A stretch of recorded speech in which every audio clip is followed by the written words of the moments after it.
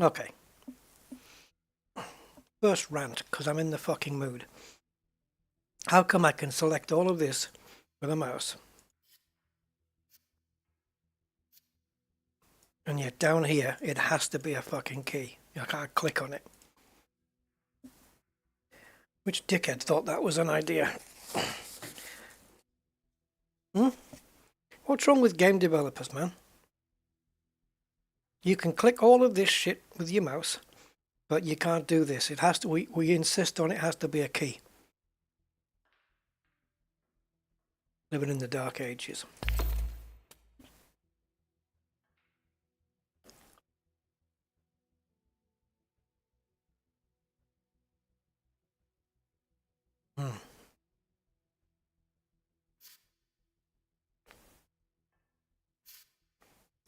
I don't mind hard.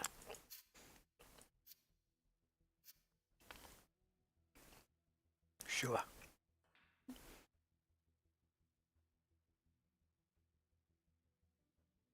No, no, fucking keys again.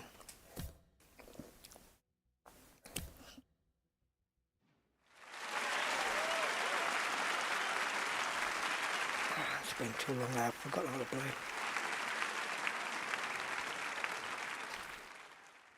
Thank you, ladies and gentlemen.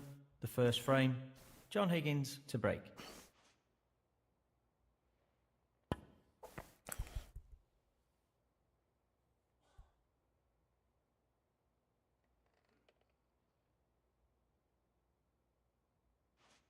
Now, can I remember the keys?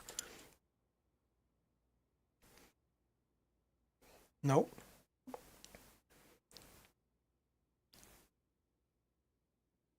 Right. How do I change view? Remind me. Oh yeah, this doesn't look cluttered at all.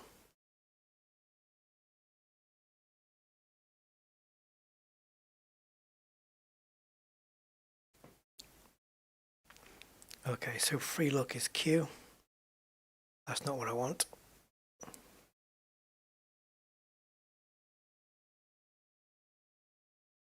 Is it? Oh God, I have to do fucking backspace.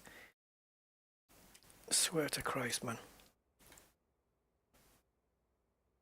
Nope. This isn't what I want. Where's the look down the table view?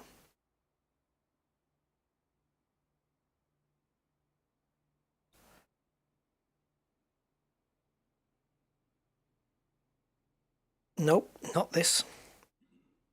That's different. Surely they wouldn't miss it out of the menu.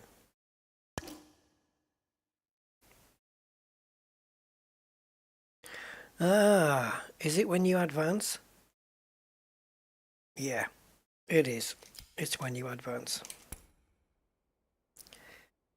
Because I can't see shit with this. There you go. There you fucking go. See? Not difficult, was it?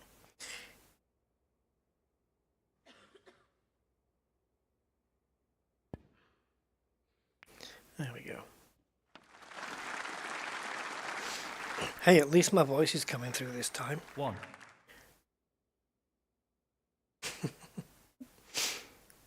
I moved my microphone to a different USB port at the start of the last stream. OBS didn't recognize that.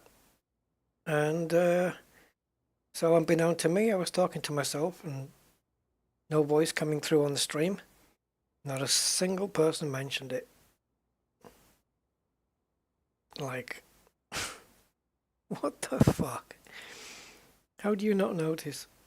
I mean, if I'm ever going to do a stream where I don't talk, it'll be in the title. 8. If it's not, if it doesn't say in the title no commentary, then expect me to be talking.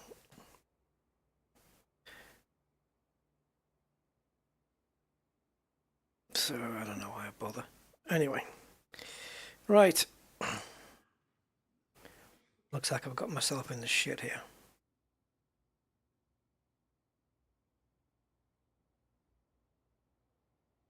What the hell?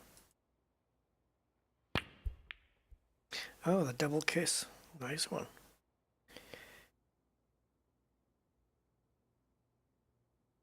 Well, unless he's going to go for that red, 8. which he isn't, then I'm all right.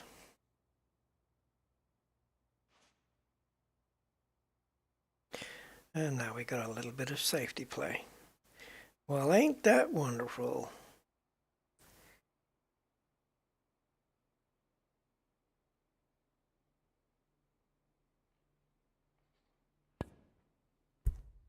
Oh, 50% power, a bit too much there. No, it's okay.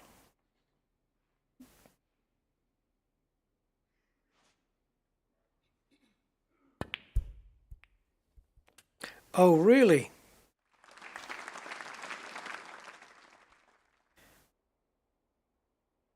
What are we doing, trick shots now?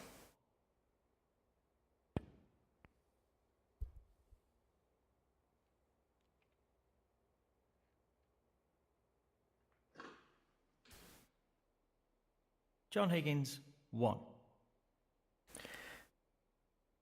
He hasn't won yet.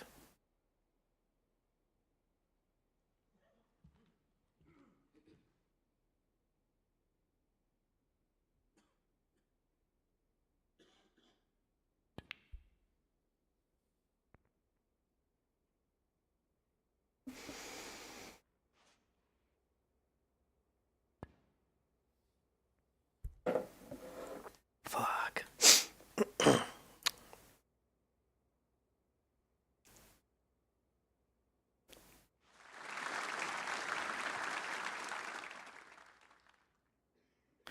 Now we're stuck in some rancid safety battle.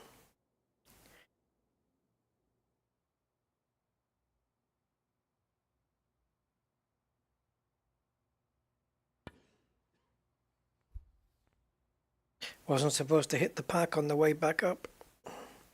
But I was going to say it might be good that it did, because it would have stopped the white coming so far up to leave this red on, but it didn't stop it enough.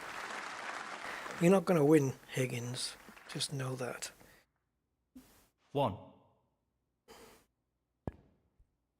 Let's speed this shit up. 6. 13. John Higgins. When it's my turn, he doesn't leave me with shit, does he? It always puts me in a position where when I shoot, I have to leave him with something.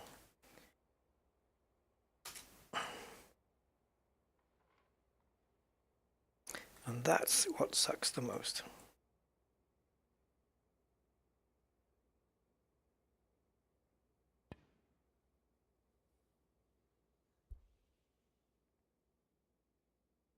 Has he got that bottom red? Of course he does. Why wouldn't he? 1. 8. Don't you dare leave me with a chance, boy. 8.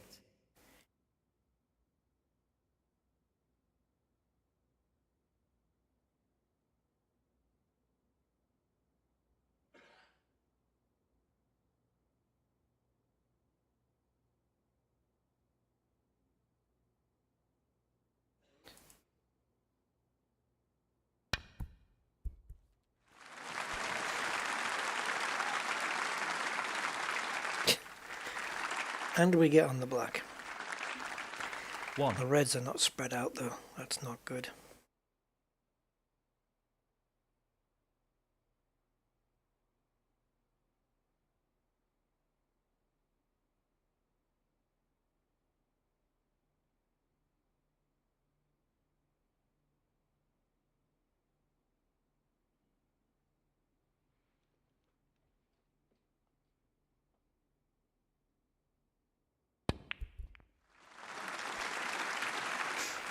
Okay, we got a few. 8.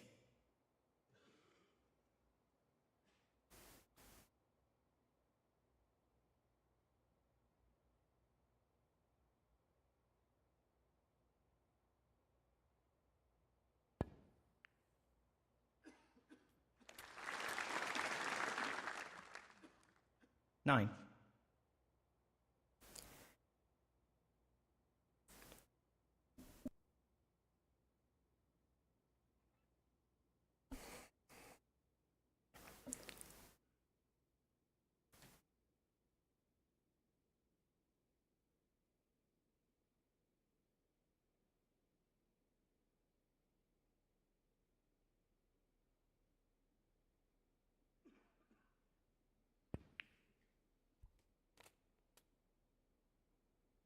$16.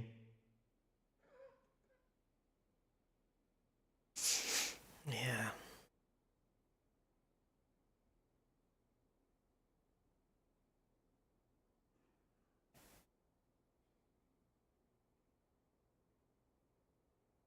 Now from here, oh, I've got to press back, haven't I? Damn it. Pity you can't get an overview of the table without doing that.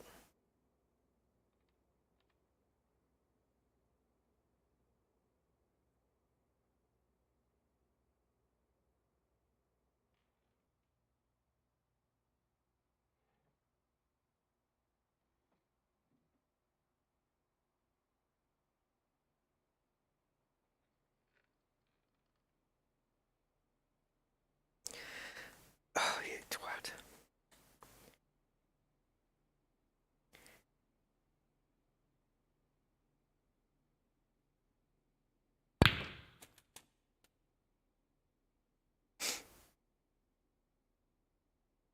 $17. Now the blue's portable, but I was going for the pink.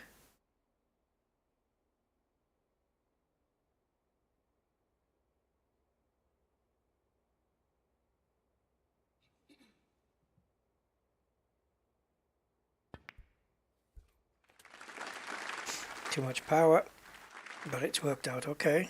23.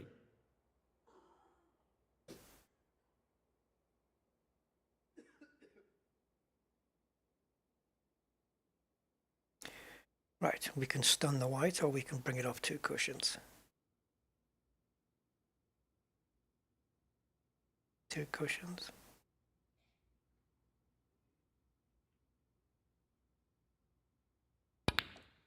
One, two, back on the black. 24.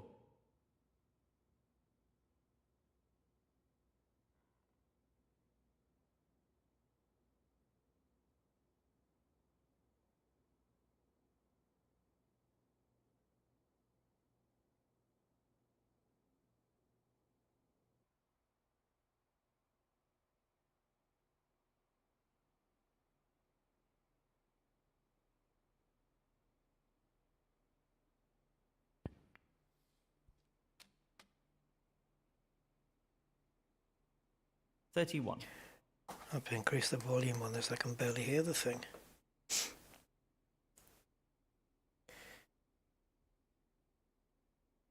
Okay, that's not ideal.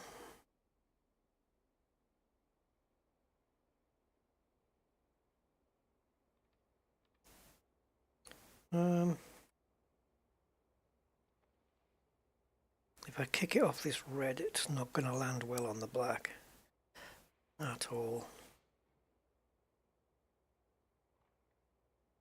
However, if I put a bit of power in, bring this back just to kick off that red, we could land nicely on the pink. Right? Wrong. Fucking hell, way too much power. 32.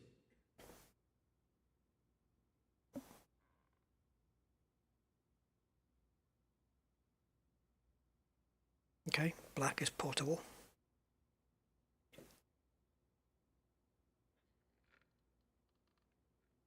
Yeah, what the hell, just go for it. No! Thought it was going to knock that green in. 39. 39.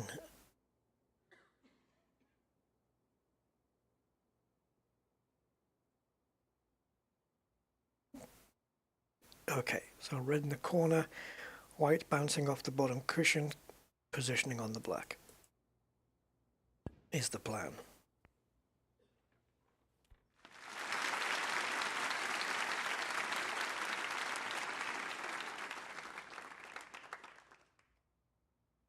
$40. I have to say though, this what do they call it? What do they call it? Free look. This free look camera. It's pretty good. It's really pretty fucking useful at times, because if you're not sure whether a ball can you can clearly get a red through to the pocket without hitting another ball. It's great because you can just go around like this and just assess the table from any frickin' viewpoint you want. Right, so from the pocket's point of view, you can see, oh yeah, the pink doesn't pass the red. Obviously it doesn't, but if they were wider apart and it was so whether it could pass the red, you could just look directly from the pocket and say, yep, it passes, or no, it doesn't pass. So this is a really, really frickin' useful thing. It's the equivalent of you walking around the table, just crouching down and just taking a look for yourself. It's basically what it is. Really cool. Right, we're going to see if we can get onto this red here, but from the other side. So that's going to be fun.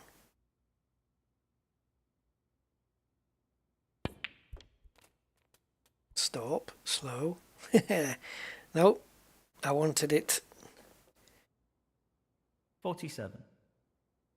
How do I even explain where I wanted it? Jeez, you can't. Here's a laser pen.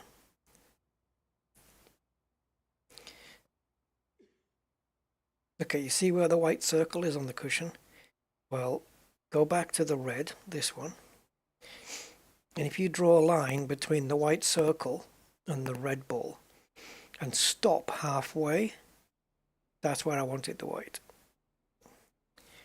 But it's fine. It's fine.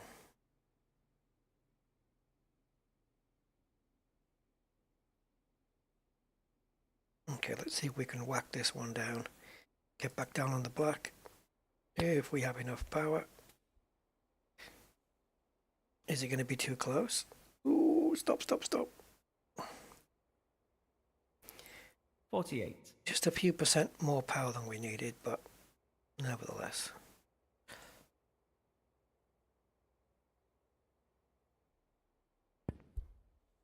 There we go. Sweet and gentle. Just like me. 55. I told you weren't going to win, John. I told you. Don't give me a chance, I said. I snicked a black into the corner. And that was it over.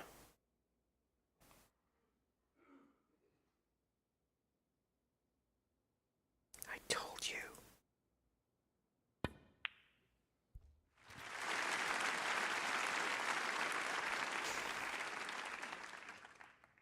$56. I have had a 147 with this before. Maximum break.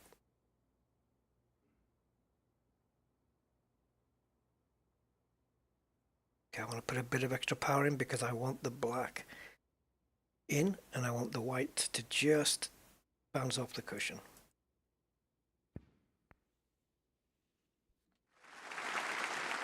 There we go. Because if it's too close to the cushion, you can't put backspin on and it's just too restrictive.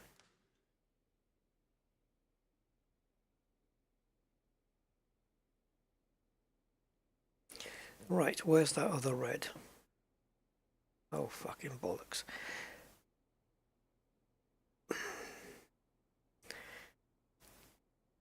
Right, so the question now is, does that red sneak past the green? I'm pretty confident it doesn't, but in this mode, we can confirm it. I know it doesn't. There's no way it goes past the green. So that means that if we want to put that red, we're going to have to be up here in the bulk area where the green is. and I need to get there from the black.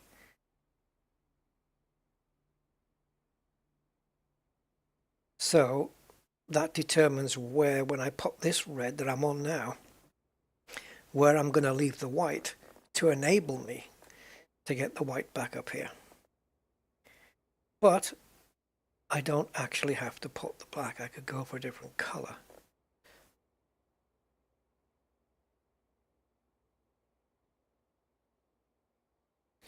All right, so do you know what? I'm going to go all out here. Just get right up the table to the other side.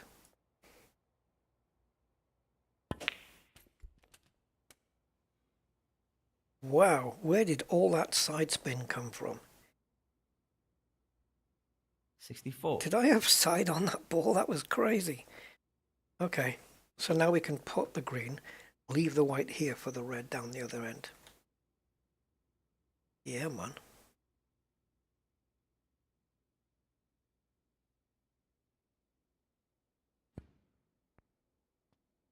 Bouncy, bouncy. That'll do. 67.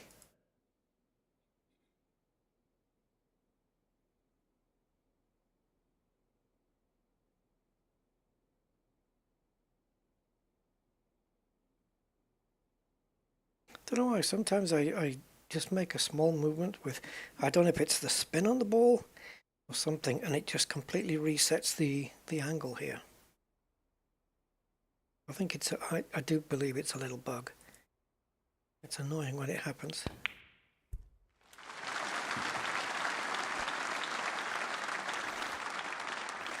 And we're on the black, but now we need to get onto the yellow. 68. So, sensible option, blue, blue, and then yellow, green, brown, blue, pink, black, in that order. We can put the black, and we can get onto the yellow after it.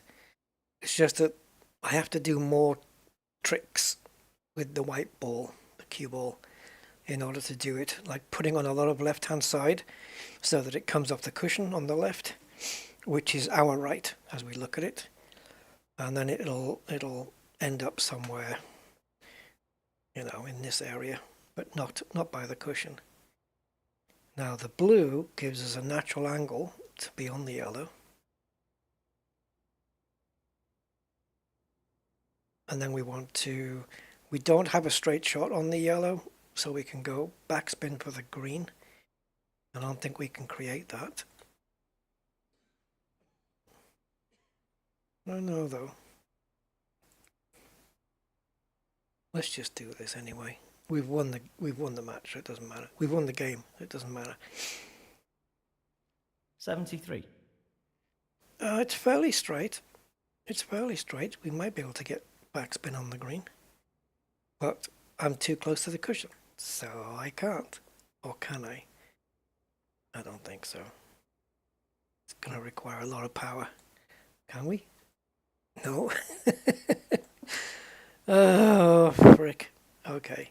So, you go the other way around, right? You go the other way around. Just going to put topspin on the ball. The idea is that the white ball, after it's hit the yellow, will spin forwards, hit that top cushion, bounce back down, probably onto that side cushion, and then onto the green. What is it doing? Is it my mouse? You have to be stable. If you're not in fine-tune mode, the aim tool just goes all over the place. Right, let's see what kind of power we're looking at. So I'm looking at the line going to the white line going to the cushion. It's there, power, power, power, power. Can we get on the green? Oh, I was a little bit underpowered on that shot. We're on the green, but oh, I was under the power. 75. We would have been a bit further down the table, but it's, well, it's okay. We just got more of an angle than we needed. The less angle, the easier to get on the brown. We'll just take what we got. And now that was too overpowered. But we're good. Probably a good thing it did that. Otherwise we might have been too straight. Right, blue next. They have to go in order of the points that they're worth. So brown is 4, blue is 5, pink is 6, black is 7. So green is 3 and yellow is 2. So yellow next. So the natural angle takes the white off the cushion. So we're just going to power through that. We've got too much angle on that white line, so I'm just going to put a bit of topspin in to cancel some of that out. And let's see what happens. I shot too much power again. Oh, it's been a while. We're perfect on the blue anyway, but I wanted it in the middle pocket. 82. Because that gives me a great angle for the pink. But no, this is okay. Now, again, what are you doing? Why are you... Look at it flickering, man. Jeez. Okay, so we're going to use some good backspin on this. Put the pink into the middle pocket.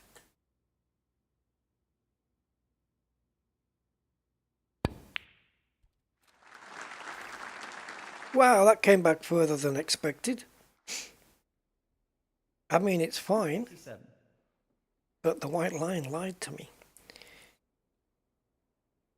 We can do basically the same thing here to get onto the black.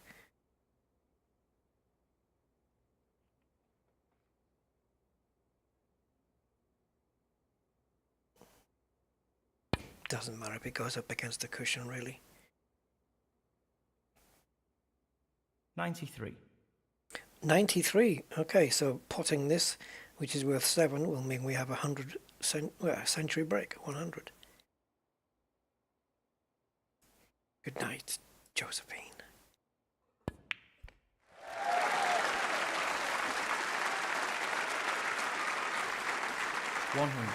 And the first frame, Ronnie O'Sullivan. Oh yeah.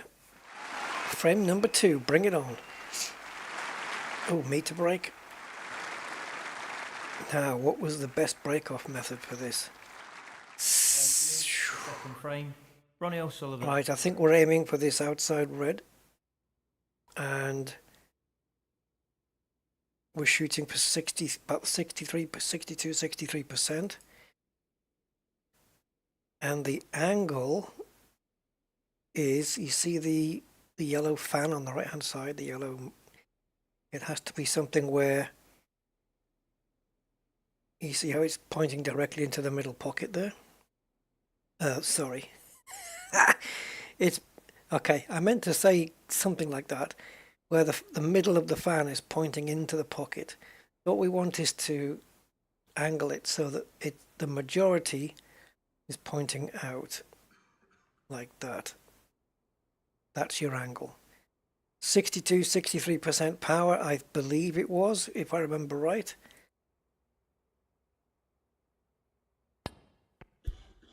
And it should put us sometimes, oh no, it's a bit less power. Maybe we hit it too thin. Yeah, we could have hit it too thin. Normally we end up behind the brown or something like that, but it's fine.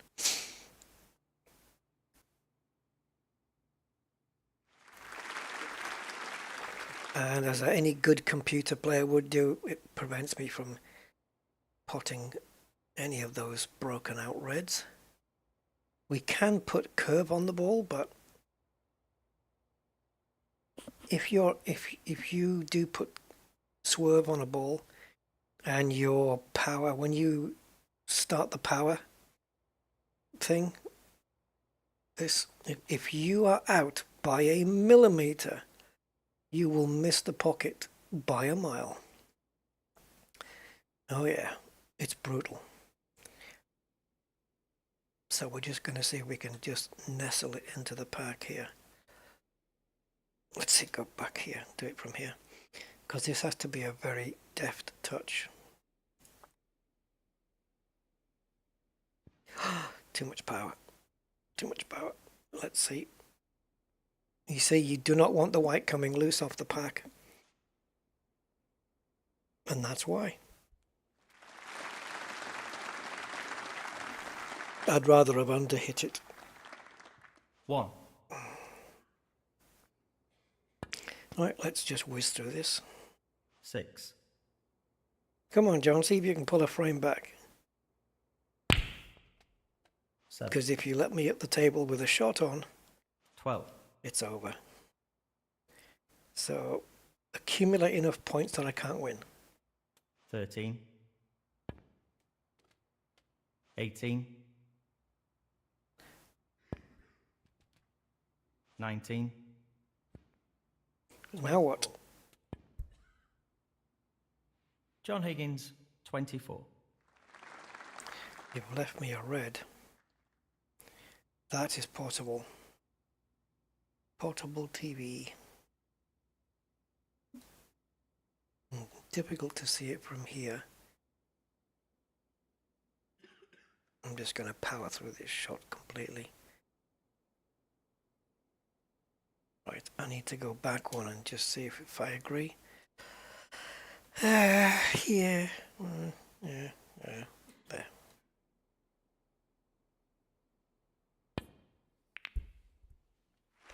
Oof, it jiggled a little bit, but it went down. Wiped its feet, as they say. 1, Now, can I make something of this? We have to settle for the brown here, I think.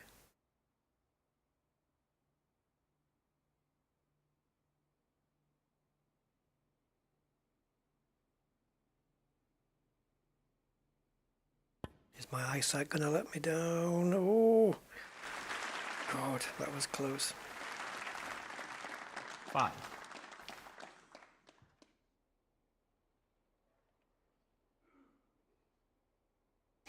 So, I have to think about breaking up that pack. The best way I do it is is an angle off the blue.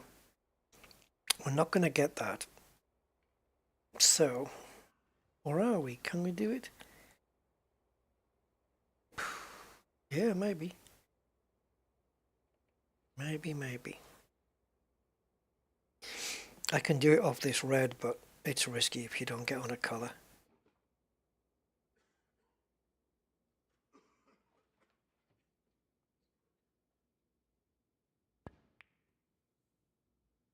Stop. We need an angle on the blue. 6, Okay, now we're going to go big power. Blue into the middle. White smashing into the pack. But we need to hit the right ball in the right place.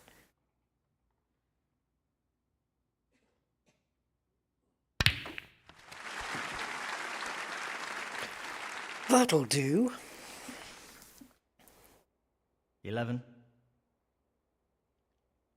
Now, the next thing I'm looking for to do is to get the black back on its spot as soon as possible, which is right just there, the bottom there. And the best way to get it back on its spot is to pot it. I don't think I can. Yeah. What about this? We can get this through.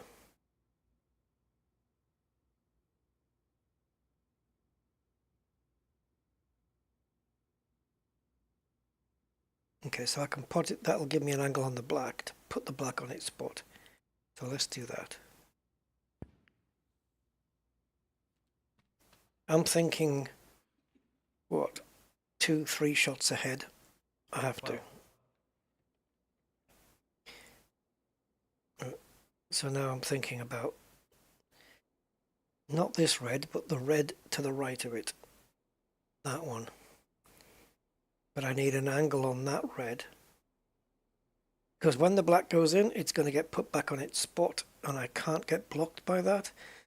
So I need to finish a little low on the I need to finish lower than the black spot.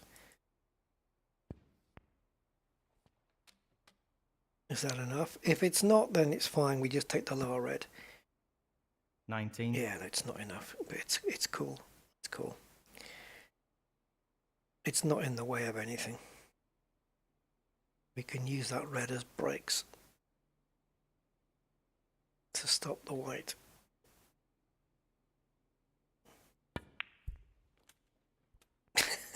Thank you. 20. Okay, next red I'm considering is this one right here. By backspinning this white and getting onto that one. But we also need to backspin it and be on it with an angle to come down for the black again. That's the tricky part. So we're going to literally it's going to hit that red, which is a good thing because it'll give us that angle we want, but I can't chance it. Oh, thank you, Craig. Here from the RSK vids. I've just finished the next episode for this Friday. I just have to go through it tomorrow morning just to check, make sure there's no errors, no mistakes, and anything I want to tweak. And then, yeah, I'll let Mandy know that it's ready for her and she can pick it up off my server. All good. It's a good episode. I think it's a good episode because it has, the Rockbusters, and I hope Mandy's not listening. She's been on my channel a couple of times. If you're listening, Mandy, just tune out for a minute. But yeah, so we've got Ricky Diculous, Do We Need Him, Rockbusters, but there's no educating Ricky on this one. I don't think they had time to fit it all in. But yeah, first episode of 2003, and as soon as the first line came out, I knew it was an episode I'd heard so many times. But yeah, I'm looking forward to this one. I've been editing it. I did 6 hours on it today. No, was it 6? No, it wasn't. 4.5. 4.5 hours, and I think 5.5 hours yesterday, something like that. It take a while. AJ, hi AJ, and yeah, welcome JM Dev. Okay, so where was I? Oh yeah, trying to get on that frickin' red. So we need. Okay, I don't think I've got enough power there to do it, but I'm going to take the shot anyway. I could have put some angle on it, some spin angle, but that'll do. 27. It's not great. I'm on the wrong side of it, yeah. However, can we use this red? No. If I was going for a 147, how would I force myself onto that black? I don't think I could. It would be a potluck, no pun intended. What about backspinning it here? No. So you can top spin. I'm not trying to use the ball, so the white's going to come off this. Move it out the way. As long as we have an angle that's not dead straight, that black is potable. So let's shoot for it. I said as long as it's not straight. 28. We do have an angle. Is that enough for old Rusty to pot? Sure. Screw it. Oh! you take, what is it? You rolls the dice, you takes your chances. Ronnie O'Sullivan, 28.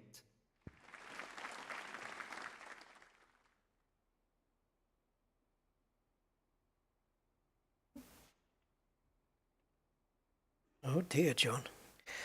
That's not good.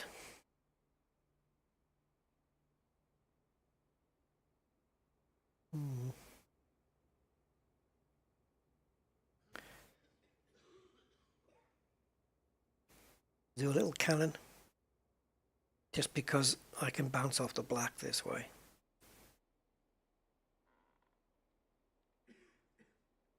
Too much power? Probably.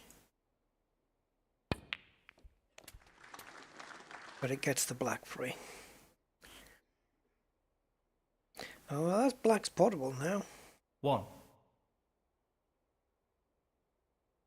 And slide it up the cushion there. Sure. Of course we can.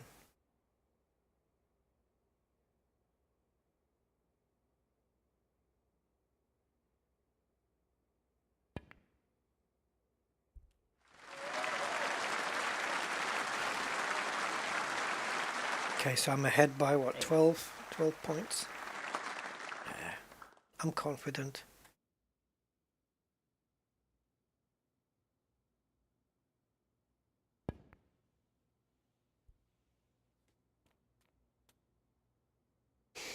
Now, I can either play to get on the ball that's on the bottom cushion, or I could play to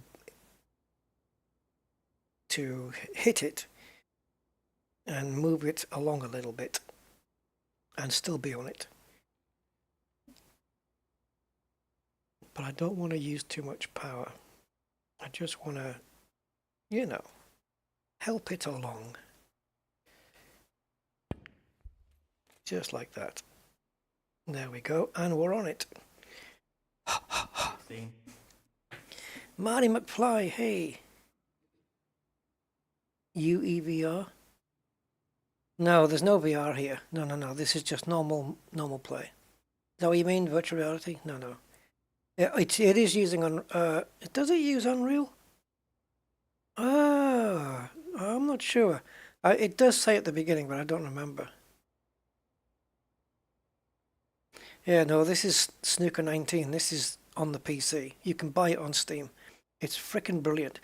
I'll tell you what, for all the snooker games I've played, like ever, on a computer, this simulates things like spin and curve and everything better than, you know, any, like, you know, if you put side on the ball, topspin, backspin, this simulates it better than any snooker game I've ever seen on any platform anywhere. It's brilliant. Yeah. Yeah, we don't have snooker in the US. Oh, right. Well, basically, the reds are worth 1 point. The balls that aren't red are called the colored balls. So you've got the yellow, which is worth 2. Right. You start off with 15 reds on the table in a triangle. So this is worth 2. The green is 3. The brown is 4. The blue is 5. Pink is 6. And the highest value ball is the black, which is 7. So every time you put a red, it goes in the pocket and it stays in. But every time you put a red, you have to put a color after it. Any one of the 6 colors. Ideally, you want to go for the black because it's the highest value. If not, try for pink or blue because they're the next highest, right? And you keep going until there's no reds left. When you've potted the last red, you pot the last color. Then every time you put a color, it goes back onto its spot on the table. Okay, so that's that white dot that you see, and the white dot you see underneath this red is the pink spot. And on that semicircle at the top, where the semicircle there crisscrosses with the horizontal line, that's where the yellow goes, and the green goes on that other corner. And then basically, once the last color, it's red color until all 15 reds are gone, and then you have to put the colors in order of their value. So yellow, green, brown, blue, pink, black. That's the order. There's no other way. If the white goes in a pocket, you lose 4 points. If you're playing a black ball, which is worth 7, and the white goes in, you lose the value of the color ball. So if I'm hitting a red, which is worth 1, and the white kicks off and goes in a pocket, it's 4 points away from me. And then the other guy gets his turn. If I miss, the other guy gets his turn. But if I'm going for a yellow ball, that's only worth 2, and I accidentally put the white, that's 4. 4's the minimum you can get taken away. If I do it on the blue though, I get 5 taken away. If I put the white accidentally, hitting the pink, it's 6 points taken away and 7 on the black, right? So the ideal game, the perfect game, is getting to the table and potting red, black, red, black, red, black 15 times, okay? So 15 reds, 15 blacks, and all the colors in sequence. That will give you 147 points. Maximum break. Maximum you can get, right? I've done a 147 on this. I've done about 100 147s on my snooker game on my phone. Yeah, I love this game. There's a lot of strategy involved. Positioning of the white and everything, and when you get involved in a safety battle, it's a case of playing your shot and not leaving your opponent with a shot after you've played yours. So this is why I try and talk through it, just in case people are not familiar with it. But if we set up we'll set up a match after this, and I'll explain what's going on. And yeah, it's a brilliant game. Snooker's awesome. Don't confuse it with billiards. It's not billiards. Billiards only has 3 balls. I think it's 2 whites and a red, and a billiards game can go on for like days, 15 hours, whatever. It's not billiards. It's not pool. It's snooker, and it's not pronounced snooker. Don't pronounce it snooker. It's a double O. Snooker. That's about all I can tell you at the moment. Putting backspin on a ball will send the white. It'll spin it backwards. But if you've got angle, like I have, then it'll send it backwards that way, where that white line's going. So I do want to do that, but not too much. I just want to do it up to about there, and then I'm on the black. So let's go. See, we've got a bit of backspin there, but with an angle. So, also, if I play with side, what they call side, or Americans call it English, is if you see on the right hand side of the screen there at the bottom, the white ball that I'm with the red circle. So if I put left hand side on like that, you can see how the line is curving on the table. Look at that. So what's going to happen there is my white will hit that cushion, and when it comes off, it will veer off to the left. The more side you put on, the more it will veer off to the left. And same here with the right. If you put top and side on, then it'll accelerate the ball because you're hitting it towards the top, so you're spinning it. If the ball had a dot or a stripe on it, you'd notice it more. You're spinning it and then sending it to the side. Same here, you've got bottom right hand side on.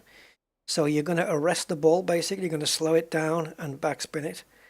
And then you've got a situation where you can go full side and then raising the butt of the cue up. Well, I don't know which key that is, actually. At the moment, the cue's at 5 degrees. Let me see if I can find the thing here. So to raise the cue,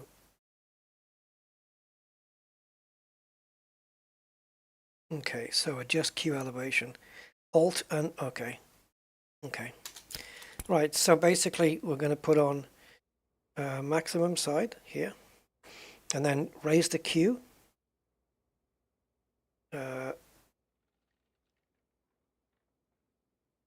Okay, I thought it said Alt. Oh, okay, Alt W. There we go. Now look at the curve now.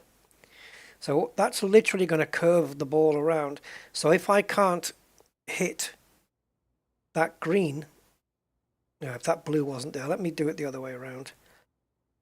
Go to the right hand side, and then you can add a bit of topspin for a bit more curve.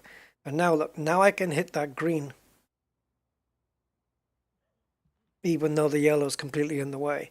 But on this game, if you introduce swerve like this, when you're trying to click as the strength bar goes up, and you have to press the mouse to nail it right in the middle there where that little white ball is on the power thing. If you miss that, like right now with a straight shot, I can be somewhere in that blue box and I can probably pot the ball. The more I am right smack in the middle, the more accurate the shot's going to be. But when you're doing a swerve shot, you have to be freaking accurate. If you press the mouse to click it and you're a millimeter above or below, chances are you're going to miss it. If you get it bang on, you can probably hit the ball or even pot a ball from a swerve shot. But it's freaking difficult. Just like it would be in reality. Swerve shots are a pisser. So let's say I want to hit this red. How would I do it? Well, I need backspin, but I also need right hand side, because you see the white line that's coming off the white. So I need, when it comes off the cushion there, I need it to go more to the right hand side. So power can do that. You can help see power can influence that. But also if I put backspin on, it's doing it naturally. But if I could only have a straight line, then I could put right hand side on and force the white to come off at a very, very steep right hand side angle. So we'll try it. I'm not going to guarantee I'm going to hit that red, but look at the angle that the white is going to hit. I hope that game shows it, but look at the angle. Hold on. Need to set this shot up again. So watch the angle that the white hits the cushion with compared to the angle it comes off the cushion with. I hope the game shows it. You see how much more of an angle that was? We missed the white. We missed the red, sorry, but it doesn't matter. 24. See, like here, I can control where what happens to the white after it hits the ball. So if I go a little bit of top left, it's going to roll the white forward with left hand side and come off that bottom cushion. Let's see if we can make that happen. See? So you can basically control where the white goes, and there's a lot of skill involved in that. Yeah. I'm not getting myself in good positions here because of this, but okay. So what I do here, you see, the more angle you put on, the more chance you've got of missing it. But what I do is, this yellow guideline, I call it a fan. So I just make it so that however big the fan is, if you imagine a dotted line going right through the middle, so coming out between those two lines, right in the middle, that's where the white's going to go. So what you need is an equal amount of the fan on both sides of a pocket. Maybe something like that. And then take the shot. And don't pot the white. Now, here's the thing. If you pot a white, sorry, bollocks. If you pot a red, color is next, right? So let's say you're going for the black next. If you pot the red and miss the black, you've only scored 1 point, but you've taken 8 points off the table altogether. Because the maximum you can score with a red and color is 8, right? 1 for the red and 7 for the black. So if you pot the red and miss the black, you've taken away 8 points off the table. Well, yes, or 7 points, right? Because, or 7 or 8, I can't remember. Because you've taken away that opportunity, right? Because the other guy can't come to the table and start potting a black first. At the beginning of every break, you have to start with a red. So that means a red has gone down without the black. So yeah, you lose 7 points, I think. Well, the opponent loses 7 points off the table, 8 points off the table. I think the player loses 7, something like that. I haven't really thought about it. So what are we on? We've done 4 reds, 4 blacks, so we must be on red. We are, because if I go for a color, you see the circle changes to orange. So yeah. Right, so this red, nice down here. And let's see if we can just add power and power until the white line hits the cushion. A bit more power, a bit more power. And that should get us off the cushion and onto the black. And we want to finish lower than the black if we can, and we just about did, because that'll generate an angle to get up for that red. 30 feet. You have to think at least minimum 2 shots ahead. You know, like I'm going to hit this ball to get onto that red, but I want the white to end up in a certain part of the table so that when I play the red, I can come down for the black again. So you have to think 2 shots ahead at least. Some top players can think 3 or 4 shots ahead, but you know, they're not from this planet. And Ronnie O'Sullivan is, in my view, the best snooker player to ever pick up a snooker cue. The man's alien.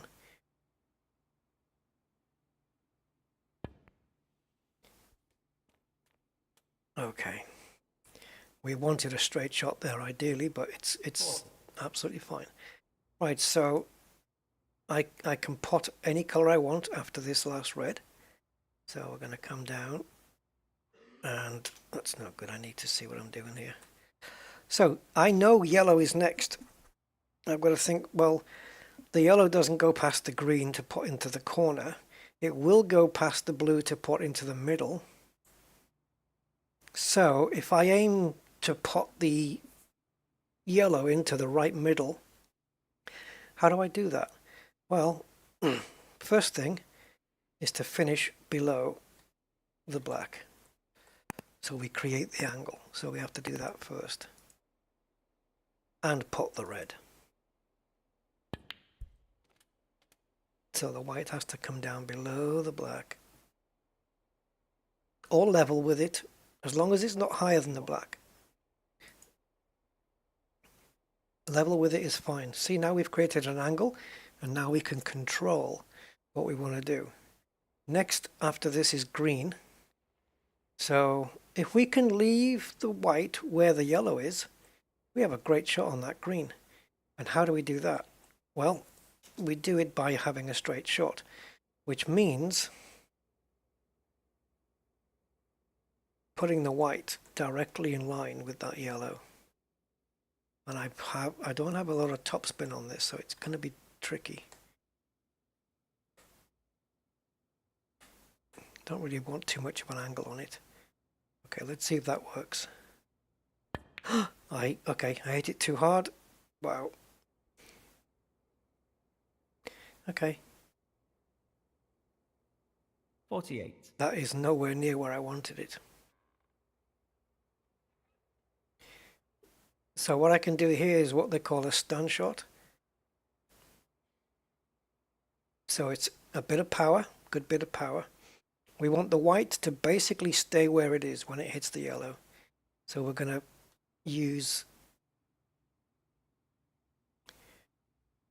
try and use backspin.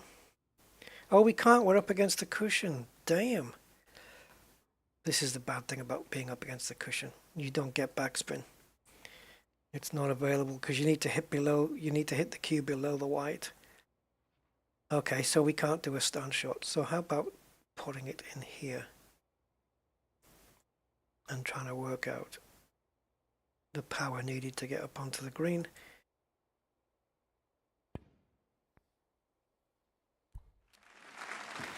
Oh, come on.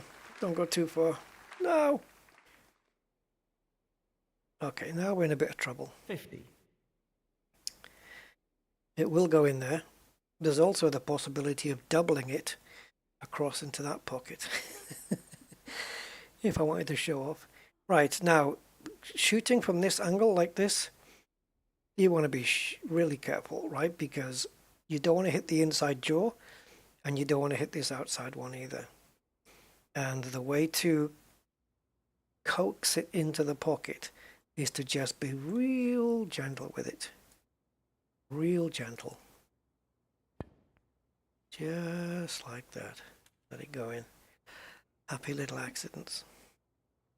53. I don't know if he made an appearance on that. I'm not sure. He may have done. I'm not sure. Yeah, I don't ring. It doesn't ring any bells. Doesn't ring. But it doesn't mean that he didn't. My memory's like Mandy's, man. Honestly, it's just Swiss cheese.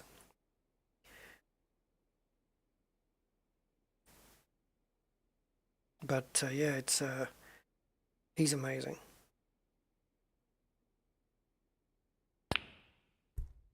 I saw him play a shot on the blue in the middle once. 57. Firstly, nobody else would have even thought of it, and now I think other people have imitated their shots since he did it. And secondly, I don't think even if they'd thought of it, they would have thought, "What are you kidding me? I'm not going for that shot." So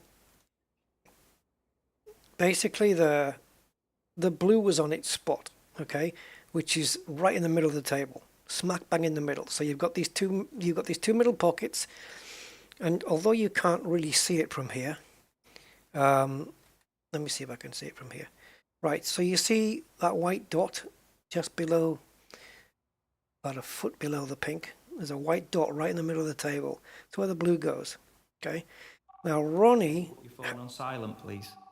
Ronnie had a shot where the white was directly in line with the middle pocket, right?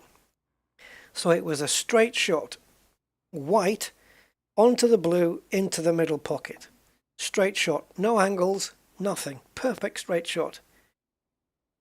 But that's a problem, right? Straight shots are a problem because you need angle to generate for the next shot, right? So straight shots can sometimes not work out.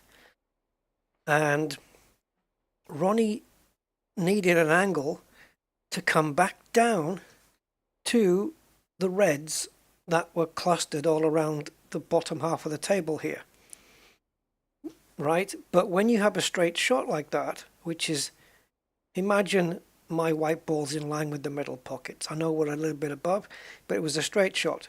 So between my white ball, the white circle, the blue's in the middle, and directly into the middle pocket, right? But you can't generate an angle. Topspin and backspin is all you have. And so getting down to the reds, well, how are you going to do it?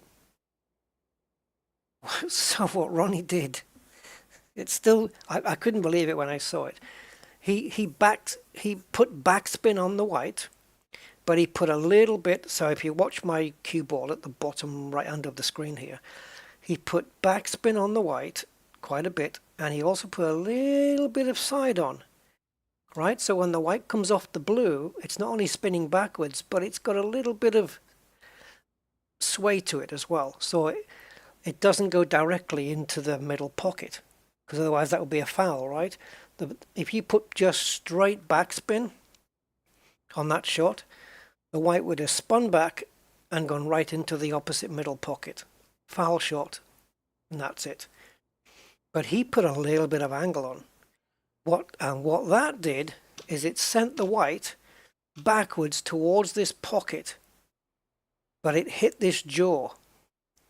And he hit the jaw, and that sent the white down the table where the reds were. Honestly, like the balls on the man, because it's so risky that you would put that white. It was a crazy shot, but and to make the white hit exactly that corner of the jaw so that it bounces down the table, dude, that's Jedi stuff. That is Jedi stuff, man. So yeah, I've seen other players attempt that since, but not before. That was crazy. 62. If I ever get a straight blue, I'm going to try it.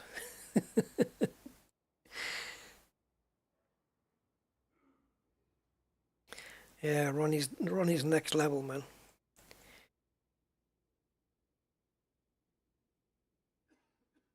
He's not at his peak anymore, but you know, you wouldn't bet against him to be a world champion again. How many world championships has he got now? 7? I don't know, 6 or 7 world championships, something like that. 7, I think, right? I think, yeah. Same as Lewis Hamilton.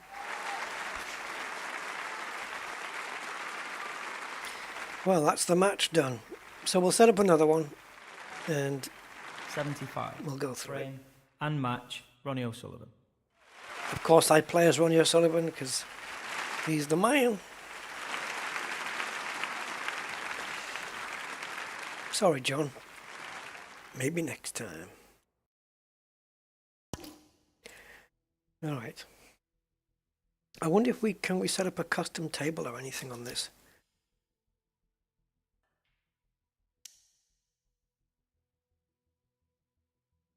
Okay, let's have a look at the practice table. So we've got snooker with 15 reds, the normal. Then there's 6 reds. Shootout, I don't know what shootout is, I've not tried it. Let's go, I use the amateur aid because I'm useless.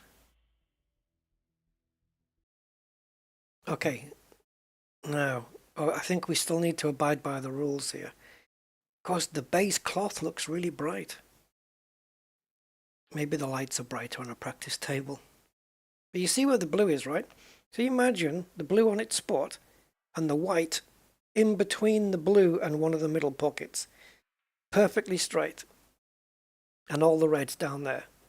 And then Ronnie pots the ball, spins the white back, hits the jaw, and sends the white down into the cluster of reds. Freak show. I saw him do it and it was like, what the hell was that? Yeah.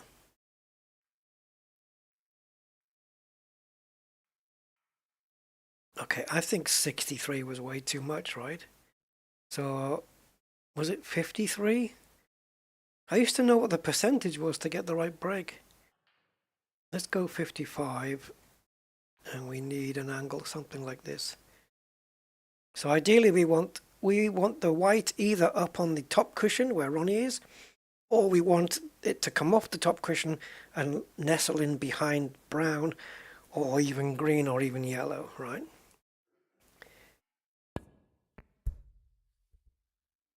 So, can we get it behind the brown? Come on. Oh, because if you get it behind the brown, you're hiding it. Ah, we need less power. Oh, we can retake the shot? Okay, sure. All right, let's try again. I didn't know we could do that. I've not been on the practice table before. Right, so let's go with 50% power. Oh, I nailed it. So either the white, if you put too little power into it, then it'll come off and hit the green because we were a lot closer to the green that time. So you see the white's safe now. Potting a red, not possible. Now let's see if we can get it somewhere in between where we can get it behind the brown. So we need the angle correct. So maybe 52, something like that.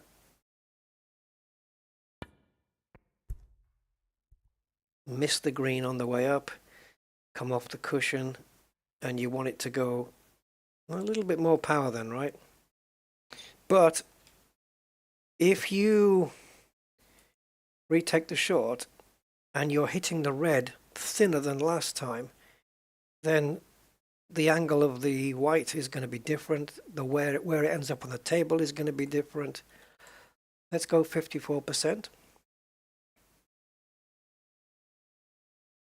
Oh, I underhit it, but okay.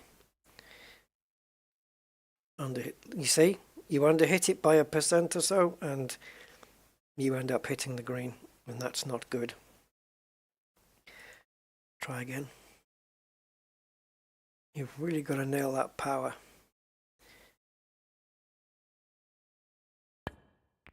Okay, a little bit overhit there. Wow, I must have hit the reds made too thick a contact. That's a super bad shot. It would have been okay if we landed behind the yellow. That would have been a big problem for our opponent. Because he would have not been on a ball, he would have had to miss one, play safe. But if the reds are spread everywhere, how do you make it so that you don't leave me with a shot?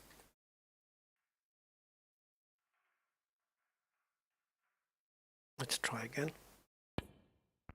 Okay, that was a good hit. That side red's going to go back in place. Now it's not directly behind the brown, like touching it, but it is in line with it. And that's it. So the opponent now doesn't have a direct shot on. They have to come off the cushion to hit a red.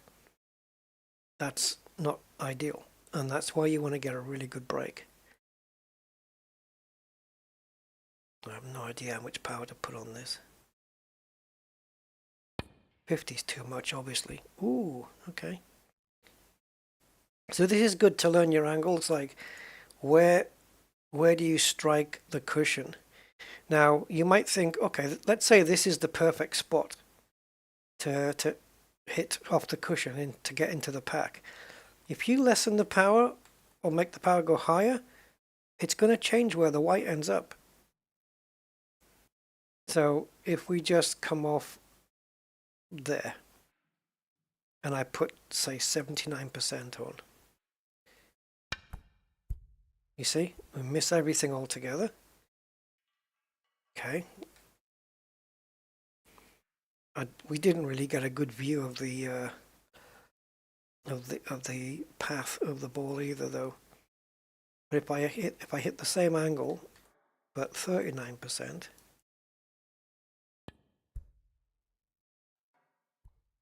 look at the difference where we are. So just changing the angle thing alters the path of the ball. It's changing the strength. Do I watch US football? No. So what is the best angle to get into the reds? Just above the middle pocket. We don't want a lot of power. Let's say 30%. There you go. And it just nestles in and we've not left the opponent with a shot. So that's good information to know if we ever get in that position. And then what you would do here after they take their shot is you're in a game of strategy now. You just play something like this, where you're just nestling and you're both doing the same thing. At which point you either declare a stalemate and re-rack the balls, or you keep going until somebody decides, I've had enough of this, and does something to get out of it. What you want to do is make a very light contact, but use a lot of strength. Get back up the table and not leave the opponent with anything on. Hopefully the blue blocks that red, that loose red on the left. It does. So have we left with, no. Right. You can see we can't put that red because the blue's in the way. But if we swerve it, so the less swerve you put in, the better. So you want to go with the minimum you can possibly get away with. So I'm going to angle the cue up.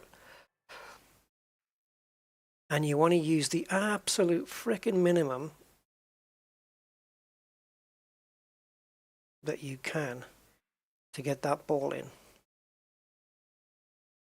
Also, the adjustment of the strength of the hit also changes. Oh, I'm not pressing the right bloody button here. No wonder nothing's changing. There we go. All right, so there we have a pot by swerving the white. But when I set off the power meter, that 51.3, we've got to almost frickin' nail it. Oh, you see? We were under it.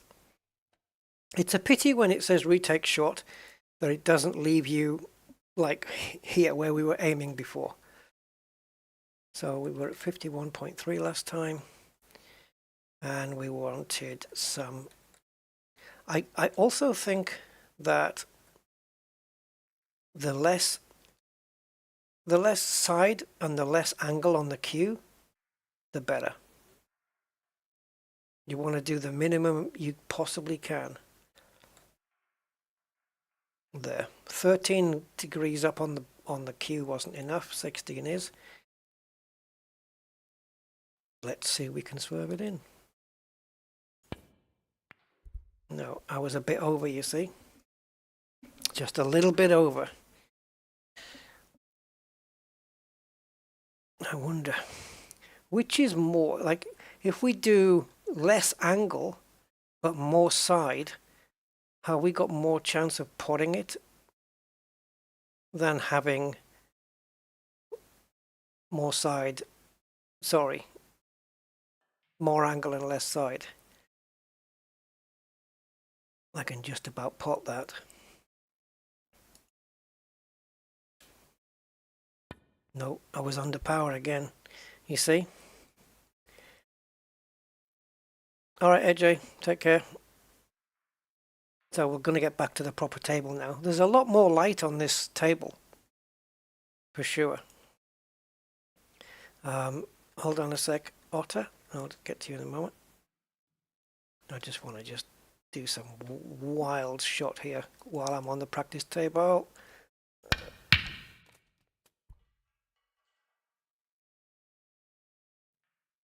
I wonder if I can show off the I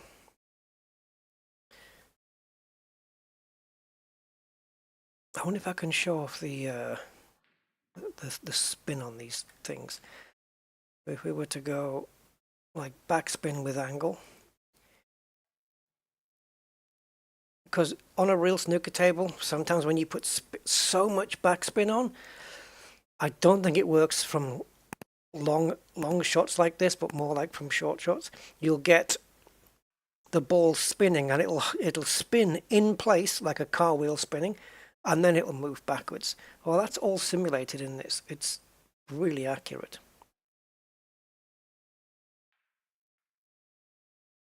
Let's just do a straight shot. No, we didn't get anything on there. I don't know why. Go again. Backspin with a bit of an angle. Yeah, no. I can't remember what type of shot it is where you can see it happen. Right, so I'm watching snooker because it is soothing. But once you learn the strategies, like the tactics of, or the strategies of like tactical play, you know, because otherwise you think, oh, nobody's potting a ball. What are they doing? Once you learn that as well, it's not just about the potting, but the strategy side. And you learn the rules and how it all plays. It's freaking interesting, and it's not something I would fall asleep to when you're in a match like that. And you telling me that it's a prescription to cure insomnia means that my stuff it makes you fall asleep, and that makes me think like it's boring. Right, let's do a quick match. Best of 3. And where we go this time? Yushan Middle School in China. York Barbican in England. That looks very green. Okay, let's go there. I'll play Ronnie. Got the amateur aiming aid on. So difficulty hard. Judd Trump's an amazing player as well. Judd's amazing. All these top players are. John Higgins, if I could describe him in one word, tenacity. Mark Williams again, tenacity. He'll grind you down. Judd's just got some incredible shots. Who's the other guy? Really top good player with good shot selection and all that stuff. This guy's the current world champion, not him. Yeah, him, Karen Wilson. Yeah, this guy, Mark Selby. Not a big fan of this dude, but he's very skilled on the table. Very much. big time. He's ranked 6th in the world on here. Let's play him. It'll be satisfying to beat this bugger. You know, you get those people who you just don't take to very much, but you can't not respect their skill. Well, he's kind of one of them. Thank you, ladies and gentlemen. The first frame. Mark Selby to break. He's a very good player, and that's probably why I hate him. I don't hate him, but it's probably why I'm not a fan. Oh, look at this! Get the hell out of here, man. That was fluke. Yeah, when you pot a ball that you didn't intend to pot, or it goes like, let's say you go to pot a black in a pocket, you hit it so hard it misses the pocket, bounces out and goes across the table and goes into another pocket. That's a fluke. That's what they call a fluke. And he started with a fluke. This guy's got enough skill to win this frame from here, and I'm just sat in my seat. 14. Nothing I can do. 21. Thanks, Otter. I haven't streamed this for a while, but I've been a big fan of snooker for a long time. Snooker and Formula One are my two sports, and they could not be more different. 35. They could not be more different. 36. 43. Once this guy scores about 70 points-ish, that's it. It's frame over. Because there's not enough points remaining on the table for me to catch up. 52. So he's going to take this frame. 57. There's enough points now for me to beat him, 58. but he's going to clean up here. 65. And all because he got a fluke off the start. 66. Once he pots this, 73. that's it. This red takes another 8 points off the table. Is there enough on the table for me? Mark Selby, 73. No. There's only 67 on the table and 73 remaining. So you might think, well, you can't win, but I can. I can win.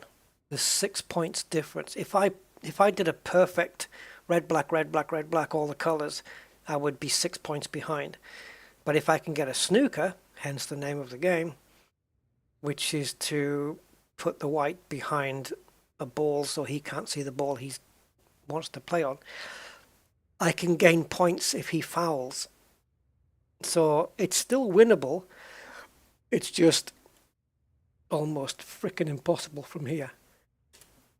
And I don't really want to go for a snooker until all the reds are off the table. And that's the bloody thing, because you're diminishing your chances, right? But I need control of the table back, thank you. I need reds and blacks here. No doubt about it. I don't think I can win, but because he's a computer and not a real player, even if I laid in a perfect snooker, he's a computer. He's not going to miss. He's not going to miss it. And that's the shame of just playing computers, is that he's not going to make that mistake.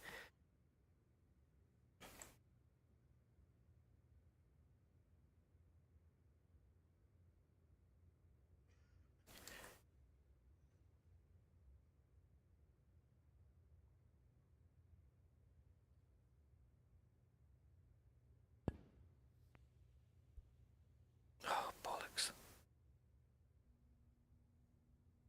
As long as we've covered it.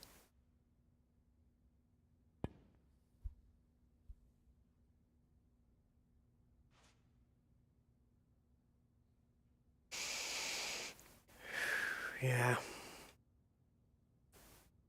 It's not going to be like him to make any mistakes.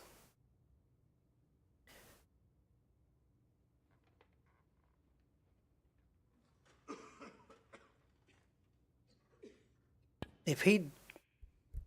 Oh, you fucker. If he'd played that shot like one shot before, like if he'd missed that red, one red before the one he did miss it on, I would have had a chance to win. So it's, yeah, frame's over. 1. So 8. I've got to win the next two, basically. 9. Points for a foul? Well, it depends. The minimum is 4. But if you foul on the blue, because the blue's worth 5, then you'll lose 5 points. If you foul on the pink, you lose 6. If you foul on the black, you lose 7. 17. If you foul on the yellow, which is only worth 2, it's 4. 4 is the minimum. 25. And you can keep trying the same shot and keep missing and 33. 38. if the referee calls a foul and a miss, you get a chance to play it again. 40. And if you keep missing, 40. so we need to concede the frame. Conceded. Frame, Mark Selby. I have to win the next two. Thank you. The second frame. So what have we learnt off the practice table? 54% was around where we need to be. Okay, we aimed it a bit low there, so we're going to hit the green, are we? No? Okay, that's acceptable.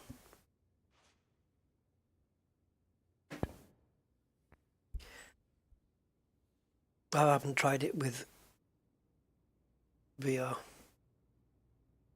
I don't know if it would work properly. Okay, let's take a look what we're at here. Right, obviously the black is not in play. It's not going to be potted in either corner. So we have to maybe look at pink.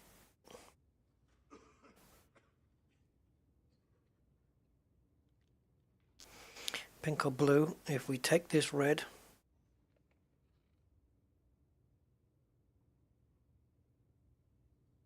we want to pot it. We can't leave the white where it is, where the red is, because this red is blocking the path. So we need to put some topspin on, which we have plenty of right now. That's a bit too much, actually.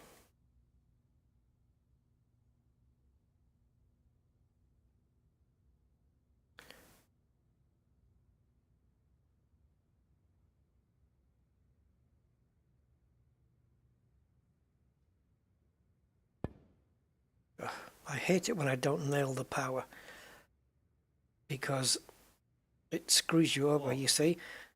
If I'd nailed the power, I would have been on the pink and had the choice of the blue, had the pink not quite worked out. And now I'm on neither.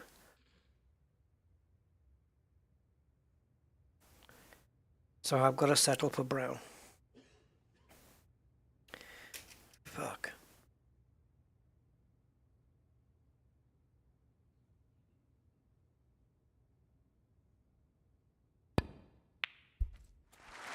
As long as we can keep the break going. Now we've got to free that black. So we have too much of an angle here. I would have done a backspin and smashed into the balls behind, but we can't. So we're going to see if we can get that pink in. Nothing's blocking it.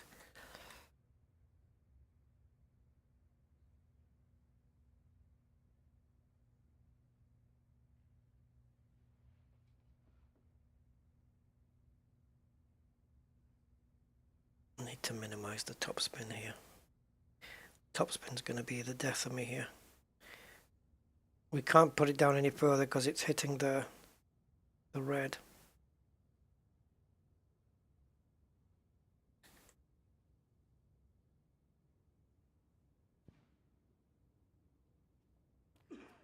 Okay.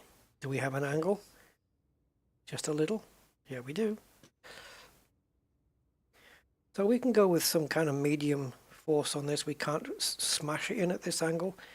That wouldn't be wise. 50% we should get away with.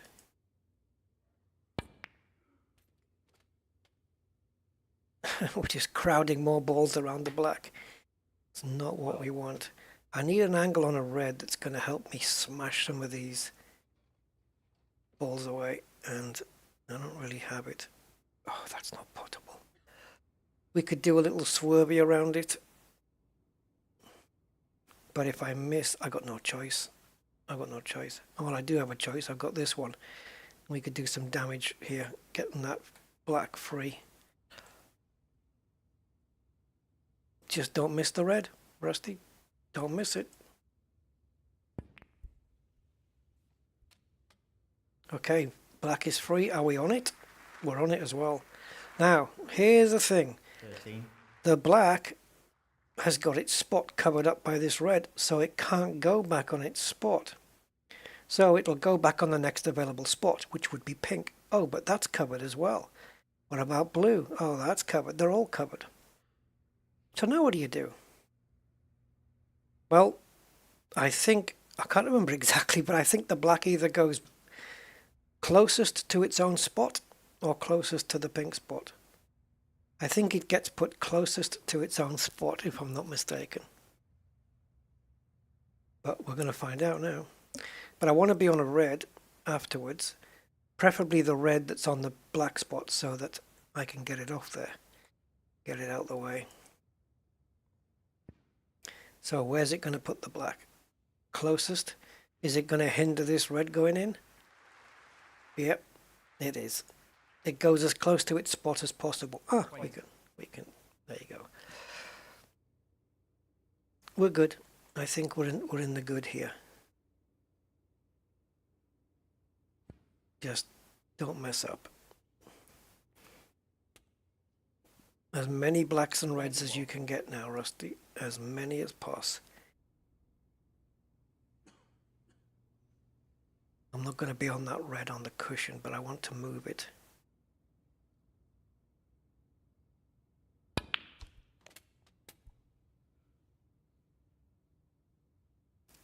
Took a bit of a gamble there to see if we'd be on a ball. 28.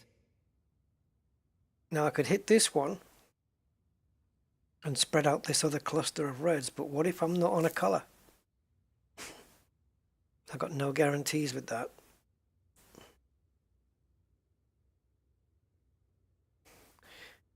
An idea here for me would be to knock this one in, come off the cushion in a way that hits this one from the back and uses it as brakes to put the white in this area to put the black. Yeah, this is the stuff I think of. Now, because we're backspinning, don't we have to put right hand side if we want left on the ball? The ball's spinning backwards with right. Would it come off with left?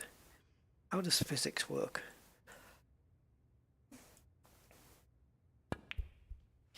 Yeah, it doesn't work that way. Alright, we're going to have to settle for 29. blue. Pink's not on. Black's not on. Blue is on. Alright, show me the table. Oh boy. We don't have a whole world of options here.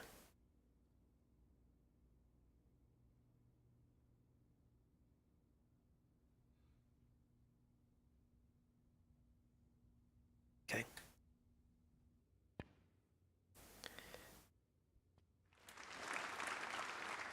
Get back on the black now. 34. So are we going to take this into a deciding frame?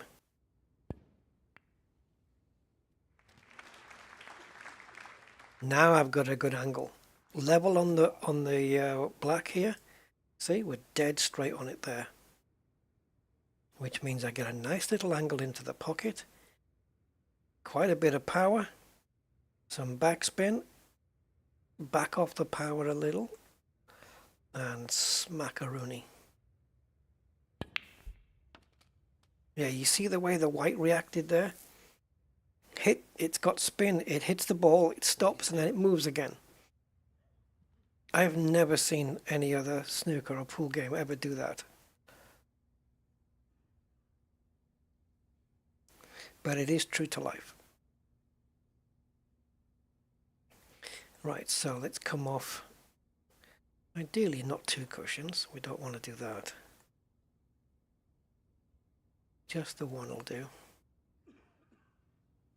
Oh, I don't think this, I'm going to have a bit more power.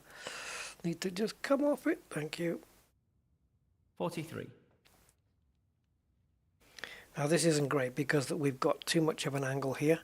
So that means we can't control the white as nicely as we would like to. A way around that would be to just send it into the pink here and control it that way. See, keep the white in this area as much as possible. That's the way my brain thinks anyway.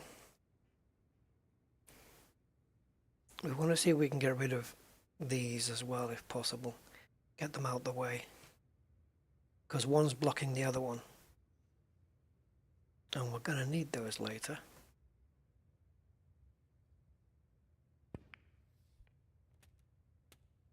Cushion shot. Not great. 51. But we've got an angle.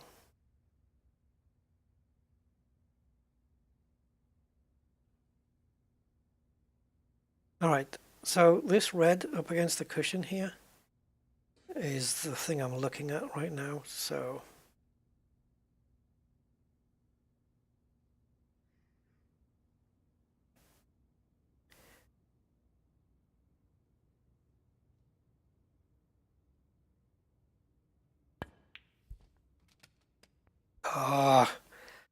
didn't mean to hit it really, but it's not a problem.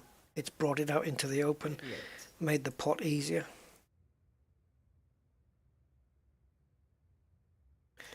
Now what we can do is, can we? We don't have the angle. It would have been nice to put this top spin on the white, send it through to hit this one to stop the white so we can hit the black and it'll separate those two at the same time.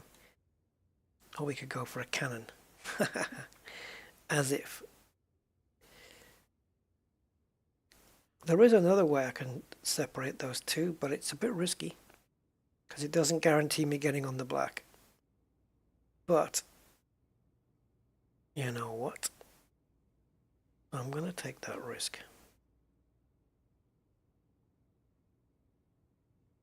So I'm hoping to split these two reds up. Whether I'll get on the black is anyone's guess. Oh, not straight through between them. I mean, jeez. Do I go for that? Or do I go for the easier pink? Pink's worth 6, black's worth 7. It's the difference of a point. I'll take the easier pink. See, because of the distance between the two. Oh, we do have some backspin. There we go. Snooker table is 12 foot long by 6 foot wide. It's considerably larger than a pool table. And the pockets are smaller. That was not good. Ronnie O'Sullivan, 59. All this guy needs to do now is just reds and blacks to win. 8. 9. And if he does win, I hope he doesn't think that's going to be the end of it. 17. If I'd scored 69 instead of 59, the guy might have had a problem. 28. 29. 34. Shit. 35. 40. 42. He's not going to mess up on just the colours. 45. 49. 54. He needs the black to win. 60. 67. Match over. And match, Mark Selby. Rematch. Oh yeah, rematch. Sorry, mate, I'm not going to let you win it. It's not going to be that frickin' easy. How far, where was he? There.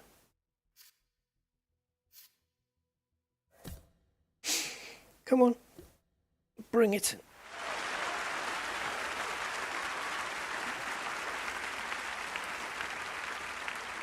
If he hadn't fluked that first red in at the beginning, it might have been a totally different outcome. Thank you, ladies and gentlemen.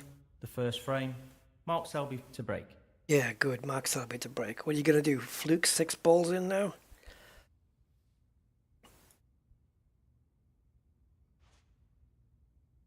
Well, look what you've done. You've not only given me a red, but the black's on. Isn't it?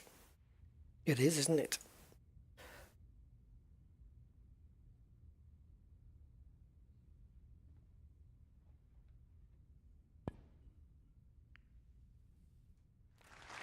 $147 break coming up, guys. Stay tuned. It's all on this shot. Oh, jeez. Hey, Roman Reign OTCR9S. Thank you for the sub.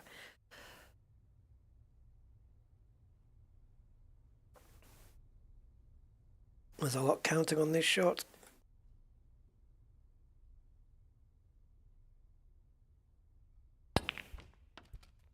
Look at that beautiful. Oh no, we played a red. A red went down with the black. Foul. Ronnie O'Sullivan. That's 7 points away because we essentially fouled on the black there. Oh, he's played a safety. Okay. I can't let this go. I have to pot something. It's going to be a very thin cut into that pocket, but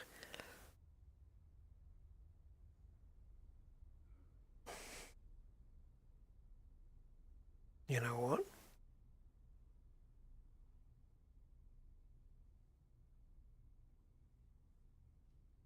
Trust your instincts, Luke. Oh, for Christ's sake. They were touching?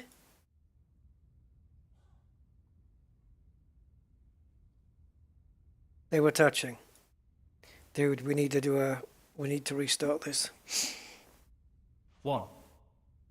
That's a bad start. No, I'm not going to go through this. Frame conceded. Frame and match, Mark Selby.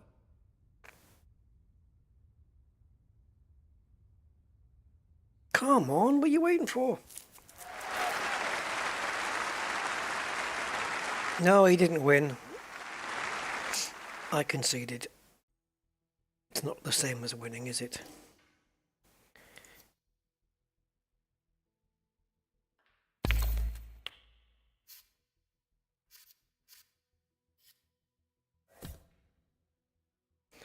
Now it's going to be my turn to frickin' break.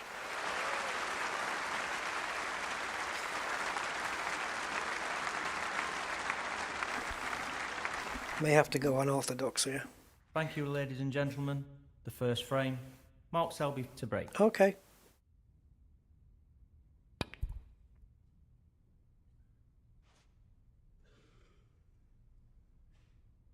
And now I don't have a ball on. I can't hit anything straight. What we do know...